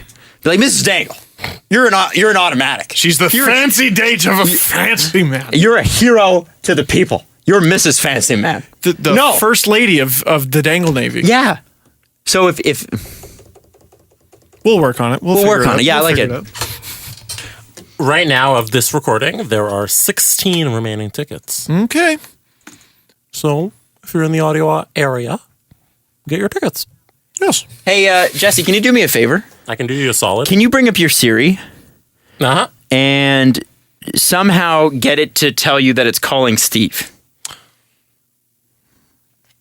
And Call Steve. Put it in the microphone. Calling Stevie Dangman. Stevie Are Dangman. you kidding me? That's how Also, my Siri- Jesse has the British one. Calling Stevie Dangleman. That's how my I like Siri it. refers to. I heard that today, and I thought you should hear it too. Thank you, Jesse. Damn, now I got to come up with a custom one. Now You're an idiot, Steve. I disagree with you. I found a really interesting article on the internet. Oh God. Okay. If this is Mike.com, I'm leaving. It is not Mike.com. Okay. I promise you. Check up on my mic. My life is so much better now that I've unliked that Facebook page. Why did you like it? I don't know. I was Also, looking why for do you like prep Donald for the- Trump, Adam? I like Donald Trump because I like watching Donald Trump's videos and how stupid All right, he is. you guys. But will Donald Trump win? What's the one thing about Donald Trump that nobody's saying, you guys? 10 things about Donald Trump you won't believe. Number Jesse's 7. on Mike.com. I'm so disappointed. I hate you, Jesse. Now, Oh my God. this is great. What's their headline? What is it? Go move on. Okay. All right. I don't want to get in trouble. So this article is great because the headline is a quote. Headline's a quote from the person. Okay? And I'm going to make you guys try to figure this out. I'm playing the role of Jesse in this one. So the headline is, quote, "My religion is sport." Can anybody guess what this article might be about? I actually saw, unfortunately. But shall I string it along somehow? Jesse, what do you think it's about? Have you not seen this? I think I know what you're talking about. Oh, I shoot. don't know. Have you seen this Go article? ahead. Go ahead. Adam's like, I brought a gem to the show, and we ruined it. And you ruin it. But that's okay. That's okay. It's a man. It's a man. It's a man. It's a man Man. who loves hockey. Loves hockey. Anything about it in particular? Well, he's got a hat with his team on it. Oh, who's his And team? he reps his team. Well, hang on. Oh. I'm gonna reveal that later. Oh, okay. But this man also likes vacations. I am. He likes vacations, and he likes driving. So the issue when you are trying to go on vacation or drive a car is that you have to take a picture, and you can't take one with your hat on. Why? Because they want to see your face, they want to see your hair, they want to see your hairline, that sort of thing. It's identifiable characteristics. The one exception to this being religious articles, right? They're not going to make you take off anything that you wear on your head religiously. So this man is arguing that sport is his religion, specifically hockey. Okay? Steve would argue that as well. By the way, I feel like this is something from Florida Man, although this is not the Florida Man Twitter account story, but it should be. So this man... Dominate the foe. Yeah. Refuses to take off his hat because he legitimately believes that hockey is his religion. Well, I don't know. Should we let this Blackhawks fan wear his hat? Well, in the picture, and this is all I can think about is Lana Del Rey. Okay, she has a song. It's called My Religion, or it's called Religion. She's like, "You're my religion." Oh, that was You're beautiful. How I'm living. I'd rather listen to Caillou. So we should just listen to Lana. I don't know. I like that audible chocolate. They said, "Dear Casey, how do we get that audible chocolate on the airwaves?" Hopefully, I'll be the kid with the jab. Ever seen? I'm Casey Miller. Yes, I have. I have seen. So Jesse, take a wild stab in the dark. Is this man Canadian or is he American? He's 100% American. He is Canadian. Oh, what? He's a Canadian. Okay. Okay. So he loves this team so much he won't take off his hat, and he's claiming it's a religious article. Mm-hmm. What team does he cheer for? The Leafs. I know the answer, so I am going to say the Montreal Maroons. His name is Ken Eggleston. He is from Red Deer, Alberta. And he's an Edmonton Oilers fan. So not only is he making the daft argument, daft is putting it lightly, that is this guy a Daft Punk? Religion is his sport. He's also picked the worst team in recent history as his main idol to worship. Could have picked the Cleveland Browns. He prays to the god of disappointment. Wow. His sacrifice is his time What's and this money. man's name? Ken Eggleston. Of Red Deer, Alberta. Ken, you must know Shane. Wow. Maybe his legal name is Shane. We'll never know because this stupid idiot can't get an ID. Maybe we found Shane's father. Oh, Shane. I am your father. Wow. This guy, man. This freaking guy. At what point do we just make an exception and go, just let him? No. He's some idiot. No, this is my hill. I die on this hill. Yeah. No. If this was a Leaf fan... This is my hill. I die on this. If this is a Leaf fan... lengths are the hill we will die on. If this is a Leaf fan, I'm making fun of him just as much as we are now. Oh, I know. But what I'm saying Probably is more. give it to him because just let the idiot have it. No, but then we turn into idiocracy, and then everybody is drinking Gatorade. Welcome to Costco. I love you. Electrolytes is what plants crave. Electrolytes, man. He's gonna heal the economy. Hey, Steve. So we got high games. I do want to say skate2great.org. Shout out. Great organization. Text Dangle. 41010. 10. No, just 41010. 5. To make a... I was going to say 5, To 10, make a- $20 donation, and then I fucked it up. Were you going to say that, or are you just going to drop random numbers? 14. 17. 41. 162. What? What? Gonna say a number? What? Gonna say even Steve, number? what? Odd number? What? Odd number? What? Odd number? What? Change it up, even number? What? Back to the odd numbers? What? And then I'm gonna get a fucking... Get a pass out from the stupid bit. Steve, did you see did you see DJ Khaled on Ellen DeGeneres? I did. Have you ever been on an electrical? No. Ecliptical. When you're not on the ecliptical. They don't want me to be on the ecliptical. Ellen is my hero. So she friggin' gets to interview DJ Khaled, and it's like the best interview I've ever heard on Ellen, I think. Easily. Her second question is the best question.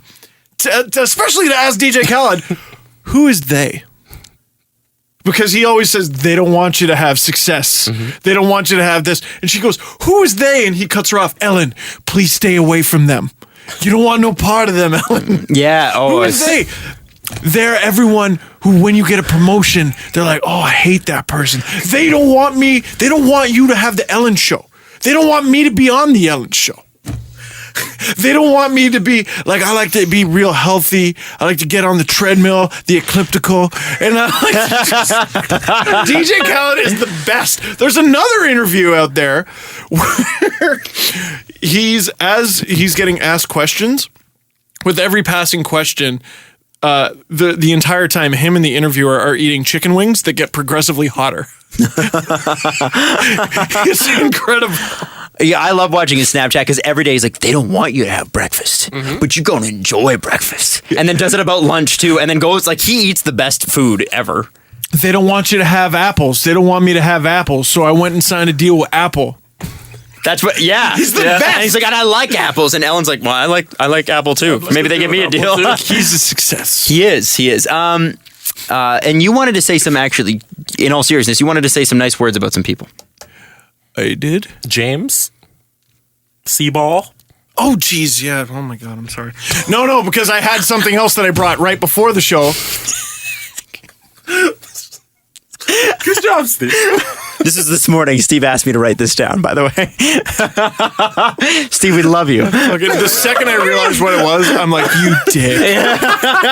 Fuck. So everything Steve says from now on, just no. Disregard it. Can I go with the story I was going to say and then go into the nice things? Yes. Go with the story. So the story I was going to say is I was at my parents' house because they got lasagna and treats for my birthday celebration. Yay! And we were talking about old memories at the house. And one of the memories that got brought up was my 19th birthday. Which would have been what year? A long time ago is the answer. Don't answer that. Don't answer it. Don't do it. Adam's trying to figure it out. 2007. 2007. I hate you. Had you started your videos? No, I started them in October. Okay. Of that year. And you're a March baby. I am a March baby. So you were 6 months from your 9-year anniversary. My parents insisted, they're like, my parents insisted, no, we want you to have this party at our house. And I was like, okay, that's a very strange angle for a parent to take, but it was actually really smart because I could legally buy alcohol.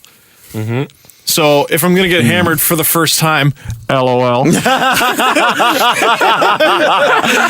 might as well do it under the supervision of my parents. And let me just, as an add-on here, I'm convinced that's why Steve was allowed to drive his car so often, is so his parents could keep him away from drinking, because it guaranteed that he'd be the designated driver. And he was always the guy that was driving us home. It's true. Unless I biked to my party where I definitely didn't drink, and then definitely didn't drive home on my bike and fall over a bunch of times. Why is that illegal? Is it illegal to ride your bike? I'm pretty sure it's illegal. It's because it's pretty illegal. freaking stupid, man. Oh, it's definitely stupid. I would never do it. Jesse, it's not a motor vehicle, though. No, but it's illegal. Yeah. No. Remember, this I'm was not when trying to say it should be. Yeah. I'm just trying to. By the way, when I did it, I was a minor, so you have to prosecute me as a minor. Wow, and I was also a freaking idiot. I'm like, no, you got home safe. You're here. I would not recommend that to anyone. Don't do it. Stupid. Don't do it. If you're doing it right now, guess what? This is your intervention. Yep. We're calling you out. Fate put us in your ears You think right we're now. kidding. Don't be dumb. Get off the bridge in Pennsylvania that you're currently on. Stop riding your bike drunk, sir or madam. And it's about to crumble anyway. Clean up your life. Yes, exactly. All I'm saying is Adam's here today. Okay, Jesse, What you're could've just. gone- what could've By the gone way, wrong? I'm going to get so much heat for the John Rocker argument, which take me 10 minutes to figure out, because as people listen, they're going to be like, hey, you like John Rocker? What the hell's wrong with you? And I'm going to be like, no, I don't. You also But supported- Jesse's going to get nothing for saying that. This is No, going to be. you also supported Barry Bonds. and I John didn't Rocker support Barry Bonds. In one I said sentence. it's bad that Barry Bonds and John Rocker are the people we remember. Wait a sec. You hate curling? I've been getting those tweets ever since. People are finally figuring it. I hate you all. Anyway. Wait. Do you have cable, Adam? Well, of course. Are you saying people without cable are stupid and go to lacrosse games? Ignorant is what I would say. Ignorant. Wow. How dare you? I guarantee you I get one angry tweet for that. Just at least one. Jesse, you're doing camera things. So what were you saying? Should What we were you stop? saying? You got a story. No, go ahead. Okay. So anyway, it's my 19th birthday. Okay. Party at your parents' house. Party at my parents' house. And the first thing we talked about was how they knew I was drunk without even talking to me. Because people were streaming into the party, kind of one by one sort of thing. And I was in the basement, and the people obviously came to the main floor. That's where the front door is. And every time I came up from the basement, I had a different beer in my hand. Hey, okay. So I was feeling it, my 19-year-old self. Mm-hmm. And that is what I talked about remembering from the party. And my dad goes, oh, yeah, no, I remember that. Yeah, no, it was a good idea we did that at our house. Except Except, there was your buddy Adam. I had to stop him. He tried to pee in the corner. Me? That's what he said. And I was like, I don't think Adam did that. And he's like, yeah, he was about to like pee on the wall in the basement. That's what my dad said. Wow. Did you? I don't remember that. I remember talking to your dad about his band. Yeah, is this before or after you tried to piss on the wall? I don't know. Wow, that's a story. You don't remember? See, this is how bad this is now because I barely drink anymore. Like I beer makes me feel gross. So I don't drink very much. Well, that was not at the time. At the time, beer was my best and worst friend. And I did a lot of stuff that I can't remember. This is what I'm talking about. I was an idiot. I was a freaking idiot before I turned 20. Still I'm sort of an idiot, but that was like dumb. Adam hit his peak way too early. I did. I peaked before I was legally able to drink. In the words of Superbad, you're like Orson Welles. Thank you. Yeah, no, I did the majority of my drinking in my life before I was able to legally drink. So, wow, that's interesting. What I remember about you from that party, well, because I was told, I was not there for it, is you and our friend Derek both left. And, all the kids were supposed to go home, which would have been the responsible thing to do. And my parents would have been, accountability free. Except you and Derek took your cooler to the GO station parking lot and just sat on it and drank beers for another hour or two before going home. Yeah, I definitely don't remember anything about this party. Wow, I can't really? even, and you know what? It's so bad. I can't even remember walking in the front door for your 19th birthday party. Are you serious? Yeah, I have no idea. I probably pre-drank. I'm not kidding. Yeah, and because that's how I would have been in those days. And the only thing I remember about your 19th birthday party, and I'm sorry, pal, but this is talking to your dad. That's fine. That's all I remember. That's about all I remember. Good old Gary. He's a good man. Put up with my drunk, stupid ass. Sorry, Gary. Gary Dangle. That's quite the story. Now, how does that relate to the next thing we're going to get to? It doesn't. Oh, okay. You just wanted to tell the story? No. It's because before the show, I'm like, I got a story. Oh. I got a story. And then I forgot that earlier in the day, I was like, I want to say some things about people. Oh, okay. So that's a nice word. Yeah. So let's talk about someone nice who truly deserves some nice things. There are more cuts at Sportsnet. And it's sad. Mm-hmm. And, 3 good people that I know of. There might have been more. I actually haven't heard who else was cut, but I've had a chance to meet all 3 of the on-air people affected that I can name. Hugh Burl has been on my television for over a decade, all the way back to when he was on City. He used to be on breakfast television. Yeah. For years and years. Yeah, he was a staple. Jamie Thomas was... It's funny. Jamie Thomas. Yeah, you don't realize how much a morning anchor or someone who does the highlights, they don't seem like a huge part of it all. They're not an analyst, but they affect your life. I mean, look at Jay and Dan. On the TV, they're at every bar I go to. They're at every restaurant I've ever been to. And Jamie Thomas was a face that was always on TV. And James Cebulski. And this was another example of, what I was talking about, kind of with Sasky. I wish you were there for that conversation, Adam, but it's getting harder to say stick to it because James Cebulski is a titan in this industry to me. He built himself up. He was an excellent World Junior reporter. Everyone loved him, fans and players alike. And then he comes to the dark side. Joined Sportsnet. It was an awesome NWO reveal. I think he was on breakfast television, and then he comes over and he's the morning anchor over in Vancouver, and supposedly he got the big dirty axe too. And it's just a bummer, and I wish them all the best. Totally. Yeah. I think in these situations, and they're always sad. And I saw some people go at the television job that I work at. And, I've really only been working with them for 8 months, but that's enough. That's enough time to really get to know people, especially in the early morning hours. When you're working early morning hours, it's a very intimate experience. You become like a dysfunctional family. You do. You really do. When you're talking to somebody at 5 a.m., there's a closeness to that. You share something with that person. You're sharing being up at 5 a.m. Yeah. And I'm to see anybody have that happen is it's terribly sad when it happens to someone that you genuinely care about, who is genuinely good to everyone and everybody that I knew who unfortunately left.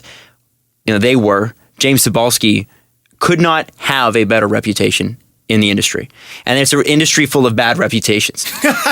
and truly, this is a man who was sincerely one of the nicest, most fun people. And you talk to a person, every single person, to a man, to a woman, would say that. And I think it's a. And he was so talented. Yeah, it sucks when. Well, he still is, though. This is the thing. He is so talented. It sucks because they're getting rid of somebody who's so talented. You look at it like, I could never be like that, and they just fired him. And you look up to them. What kind of hope do I have? Well, and I think here's the deal, guys. And we haven't seen it as much in the States yet, but if you look at any article talking about ESPN's earnings right now, they're not good. Hurting. Fox Sports 1. Hurting. They lose money. They do lose money. Shout out Julie Stewart-Banks. And that's the thing. The sports was kind of the last great bastion of traditional television that was still no questions you're going to make money. And now with this NBA deal kicking in and the exorbitant prices that they paid for these NBA teams, holy smokes! Like I don't know how they're going to do it. You're going to see in the next 5 years a monumental shift in the way mainstream media is broadcast, the way you consume it, and see just how a show is done. And you're already seeing it, but it's going to, especially to our American listeners, because your industry is so much bigger than ours, it's taken longer. It's taken longer to happen. But it's coming. And I don't know how much it's going to happen, but we're going to see, literally, it's almost like burning a city down and then building it back up again, because these things need to exist. We still need sports broadcasts. We still need entertainment broadcasts. We still need our news locally. Live sports will never go away. No, but it's how we consume it and how they sell it. That's the other problem, is selling it right now. Advertisers just don't want to pay the same rates for online that they do on traditional medium. It doesn't make sense. Which has never made sense. It does not make sense, because the numbers are even more direct online. I can definitively tell you to a person how many people have watched or listened to this podcast. And from where and what age group. I can tweet it out right now if I wanted to. TV still relies on people turning on a little box on top of their TV saying, hey, I watched this show at this time. And radio relies on a meter, and it's a sample size. So if you are a person with a PPM meter, which is what they're called, if you are the person that carries that, you represent 5,000 people. It's crazy. I cannot wait until hopefully the not too distant future, when, I don't know, I love the idea of teaching. It'd be cool to teach one day. I hate that. I couldn't do it. And telling a student, telling a class of students, this is how we used to do it. And have them all go, you're lying. Like, there's no way. Wait, and you did it for how long? Half a century? Yeah. More than half a century? None of you figured it out? Oh, okay, well, but it wasn't until the invention of the internet. Wait, it was like 30 years after everyone had internet in their house? What are you talking about? They won't believe you. Trust us. When you're right, Stephen. I think our kids will look back at us and they'll go, how did you not see this coming? Mm-hmm. And the answer is we did. We did. That's why we started the podcast. And by the way, so here's the end of the doom and gloom part. You're going to see an influx of podcasts, I think. Oh, yeah. Their talent didn't go away. Their following didn't go away. There's actually something that's coming with Spotify. And I'm not going to tell you exactly how yet. Ooh. But it's going to change the way that you can get, for instance, the Blake and Wild show. And it's going to be, it's not going to be like, it's going to be streaming, obviously, because that's what Spotify is. But the way you listen to a show is sort of going to change. And I'm actually kind of excited about it. It's kind of a new fangled with your way. mouth. With your, you still listen with your ears and you still hear music. I was trying. I'm just trying new ideas. But I think this could be really cool. I think this could be really, really cool. It's a really neat, cool idea. I don't know if it's going to work, but that's what's so fun about the internet generation. We don't know. We don't know. We're going to try and we're going to fail, and that's okay. Someday we'll succeed. One thing I do know is I appreciate all three of those guys. James, I had very rare opportunities to talk to him, but he was always cool. Hugh Burrell was super cool. when I got to meet him. I doubt he even remembered it, but he was wearing like a full like spandex suit with sensors on it at a NHL 15 event with Max Pacioretty and Morgan Riley. They were doing, the sensors for the video game movement and all that. And he got to, skate and take shots. And I took a picture of him in his goofy little suit. And he was kind enough to let me post that online. Jamie Thomas is the one I had the chance to talk to the most. And it wasn't even very many times, but I made sure to message him about this today. Most people, especially recently, have done a very good job of making me feel welcome. But it hasn't always been that way because I'm the spazzy video blogger kid. The YouTuber kid. Yeah, because you're not traditional, serious sportsman. I've been 19 for 9 years now. You know what I mean? In some people's eyes. And he, from the moment I met him, was always warm and always made me feel welcome. And you got to appreciate that. Like, no matter how often you work with a person or how closely you work with them, always appreciate the people who greeted you like you were a friend when you were still a stranger. And by the way, be one of those people. And also be one of those people. Yeah. Appreciate those people and also, try to be them. Be one of those people if you can. Let's do the press conference. The Presser. SDP. The Steve Dangle Press Conference. It's a long show. It is a long show. You're a long show. Mrs. Dangle's going to be... You actually are a long show. Burn. You're a show. You're a walking show, friend. And you're very long. Is he the big show? I take offense to that. I don't think so. Slender Man. James on Twitter. I'm taking Twitter questions. Ooh. You're welcome. Can you guys talk Of course it was Jesse and not Adam.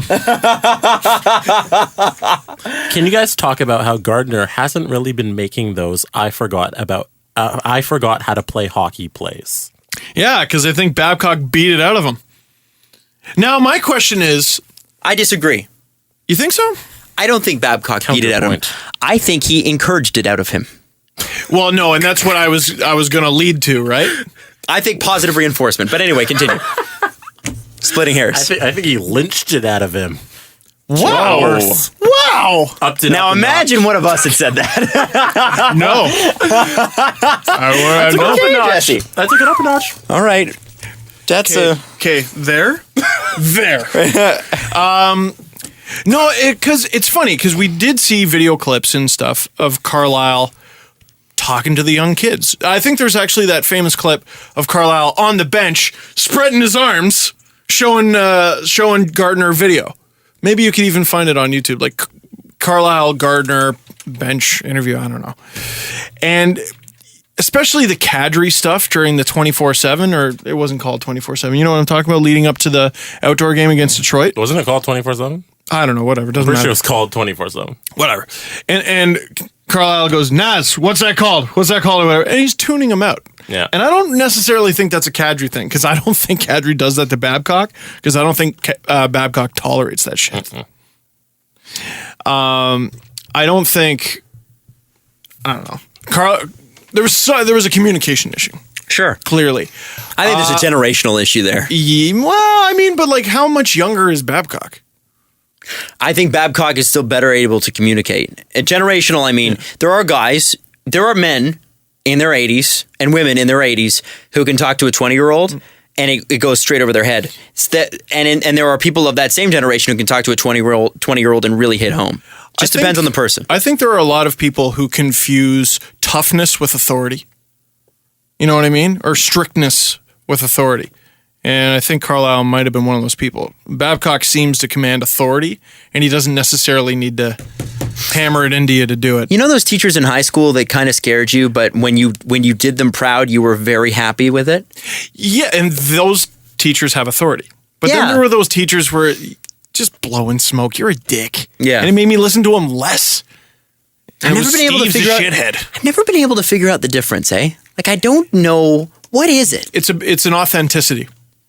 It's an authenticity to it. And it's also a give and take. Because you mentioned you're proud when you do them right. When you do them right, they make sure, yes, that is what I need from you. But why is it that you're, And then the next time you let them down, hey, man, like, remember how good you were doing? Now, I don't know if that's the case with Gardiner, but I have noticed that. But he's still not immune. Still has the fish beating moments where you want to just beat him with a giant fish. But boy, honestly, when he's decreased it for sure. They're using him a lot, and he's handling it all well, and we never talk about him. And he's not playing boring. He had like 2 spinoramas in the last game alone. No, and he's a beautiful skater. Good player. Truly. And it's a thing where like you said with Stuart Percy when we went to the Marlies game, we had a conversation. I think we've talked about it on the show. You said they never talk about him. It's the best thing. My favorite thing about Stuart Percy is I never notice him. Because he's never doing anything wrong. You know who I noticed every shift? Roman Polak. If he wasn't getting turnstile, he was giving the puck away, or laying a big hit. Same with Martin Marincin, and I'm not saying Polak. You don't really notice him. And the only times he gets criticized is when you do. It's weird. Like he's got excellent possession numbers. He has also cost the team the game twice with less than 3 minutes to go, and that's what people remember. Is those two? I wonder if advanced stats were around in the Brian McCabe era. I wonder if he would have been vilified the same way. I'm trying to remember. There is someone who did the basic advanced stats, which I know is an oxymoron, but they did basic advanced stats going back like 20 years, something like that. That's cool. And they had... Wow, I'd love to read that. Like, it was interesting, like the early 2000s Leafs. I think Ponikarovsky was a good one. I'm trying to remember. It's definitely possible because I know baseball does their adjusted metrics for all the old-timey players. So it's definitely the Goose Gossages? Yeah. So and the Buddy Budweisers? It's definitely a thing that exists. Yeah. I would love to know more. If there is a more baseball name out there, by the way, tweet it at us. Then Goose Gossage. Like Dennis Eckersley. That's not really a baseball name. Canadian baseball? He's Dusty something? Dusty Clapp something? Oh, Stubby Clapp. Canadian baseball player. Wow. Stubby Clapp. That's a pretty baseball And they loved him in St. Louis. Oh, well. No, they didn't. I don't know why. He was some sort of playoff There's one hero. hockey thing we never touched on. Do you know what Friday is for the Calgary Flames? No. Adam, any guesses? The day they trade for Jonathan Bernier. I have no idea. Friday will be the 20th game that Dennis Weidman will not play. Oh, wow. He was suspended for 20 games and still under appeal. Wow. There you go. That's Done with it. right? Question. So, what if it gets overturned? Well, that's what we asked the day it happened. It's still in court. So he's got to get reimbursed financially. Gary Bettman is saying they replay all of those games. Official announcement just came down. Yeah, I don't believe that. No. No, it's not happening, but yeah. Can you imagine? That would have been sick. Barry Getman. Yeah. So it's weird. He sat out 20 games even though he's never been suspended. Barry Getman. Did you say that on purpose? Yeah. We found his Mimico name. Barry Getman. Barry Getman. We've been searching for that for so long. Now we got it. Barry Getman. Just a little pig Latin for Can you. you Mimico Soshnikov? That was a question on Reddit. Nikita Soshnikov. Nicky Soshman. Yeah, Nicky Soshman. All right. For sure. Not a great one. I have a question.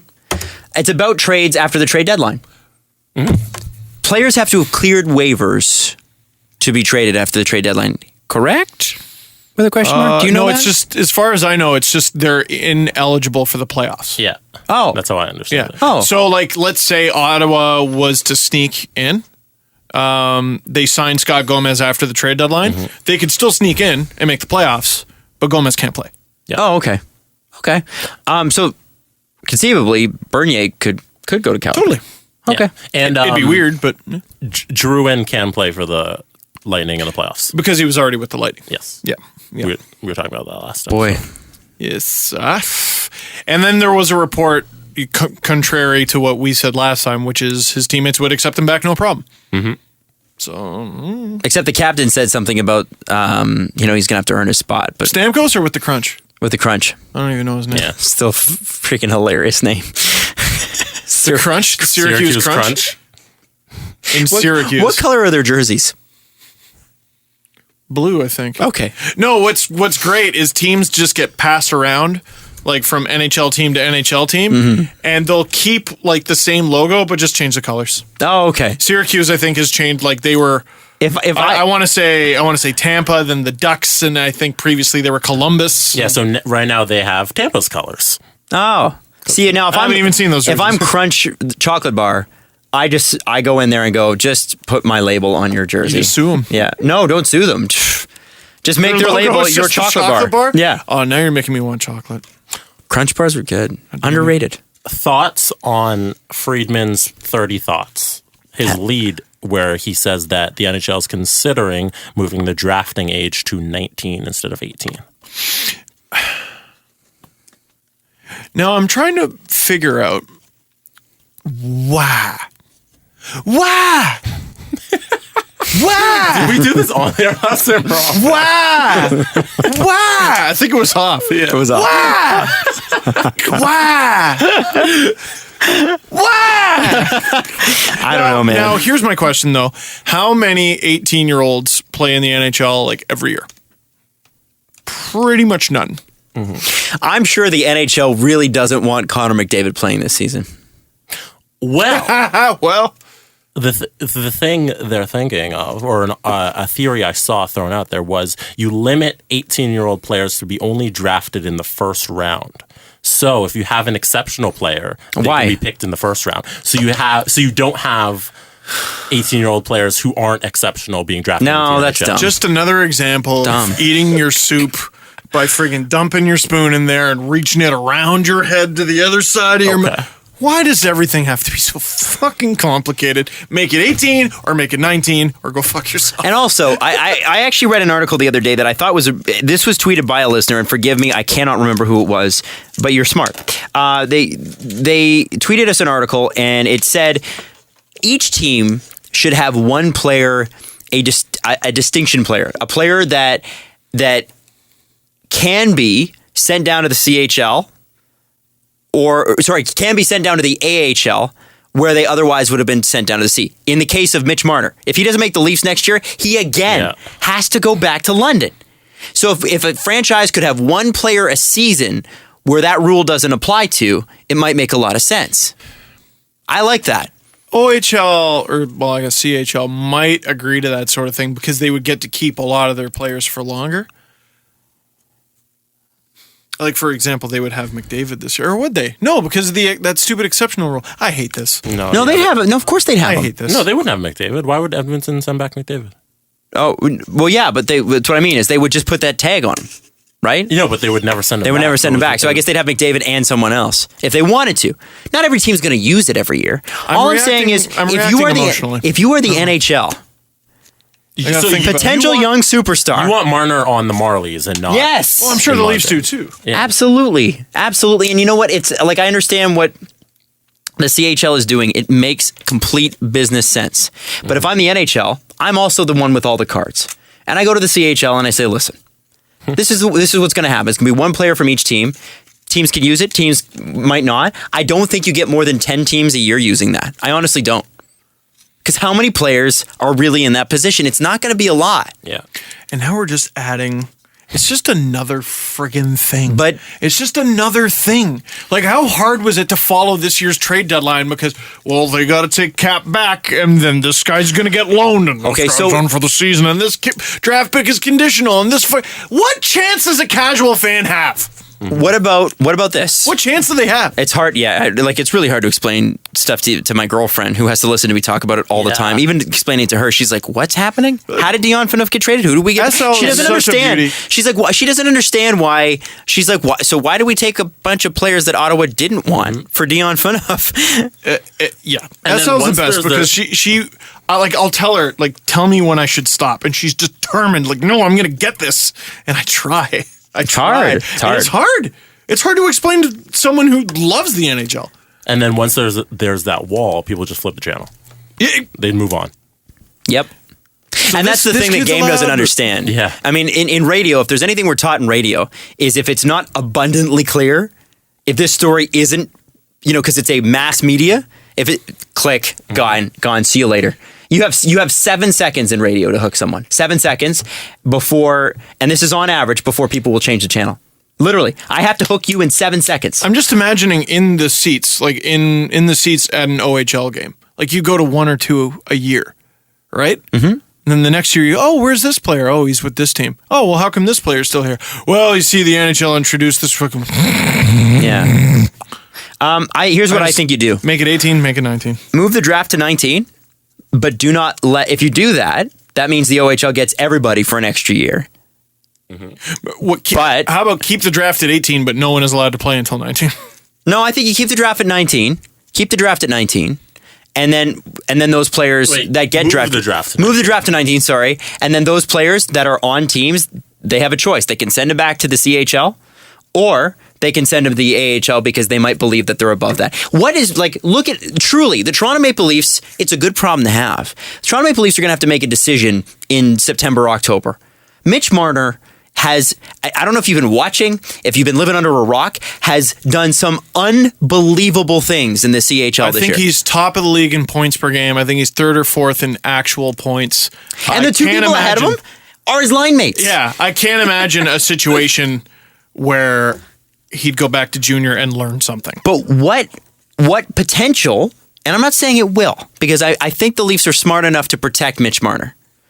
But what potential damage does it do if Mitch Marner does make the Toronto Maple Leafs next year, which he should, and plays in the NHL, when he could be better served in the AHL? The guy I point to usually is Kadri, and I like the player he is. But I think if the year after he was drafted, he went to the AHL, or I can't remember if it was the year after or the second year after. I don't remember exactly how it works. But if he went to the AHL, it would have been really good for him.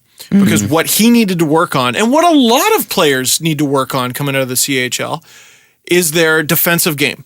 Yep. They get used to just schooling these junior kids, their peers, their age, their size. They get used to schooling them, and then they get sent back the next year, and they school them harder. And their defensive game not only doesn't improve, but probably even takes a step back because they're putting up 120 points a season.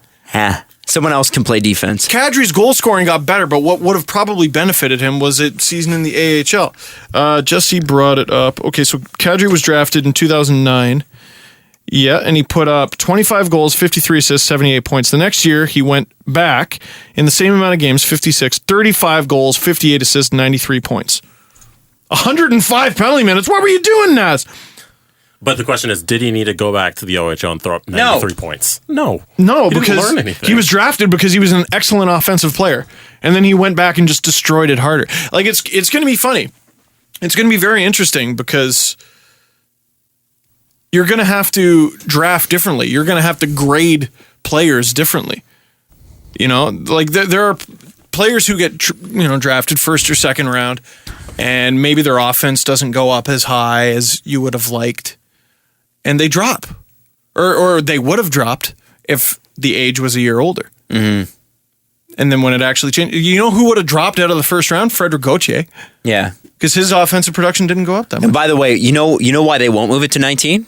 Because players will say screw it and they'll go to Europe. Why aren't more doing it? Why is Austin Matthews the exception to the rule? Well, why couldn't he be? Why aren't more people doing what he's done? He's played it the smartest. Because Austin Matthews can be sent down to the AHL. Yeah. Do I want a scholarship that I'm never going to use? Do I want to make $250 a week in the OHL, or do I want to make $400,000? Mm-hmm. I think I'm going to make $400,000 and live in Switzerland. I'm going to make. Kidding me? I'm going to make in 1 year $400,000. The average salary is what, 35, 45, somewhere in there. So I'm going to make what someone makes. It takes someone 8-9 years to make, and I'm going to do it in 1 year, and I'm going to live in freaking Switzerland, and I'm going to be 18. Like, what? That's amazing. Why was McDavid with Erie last year? I don't know. Waste of time. It was a waste of time. Yeah. Matthews, by the way, came in second in MVP voting today, and his season ended because his team lost in the first round. They got swept which probably means he's not very good.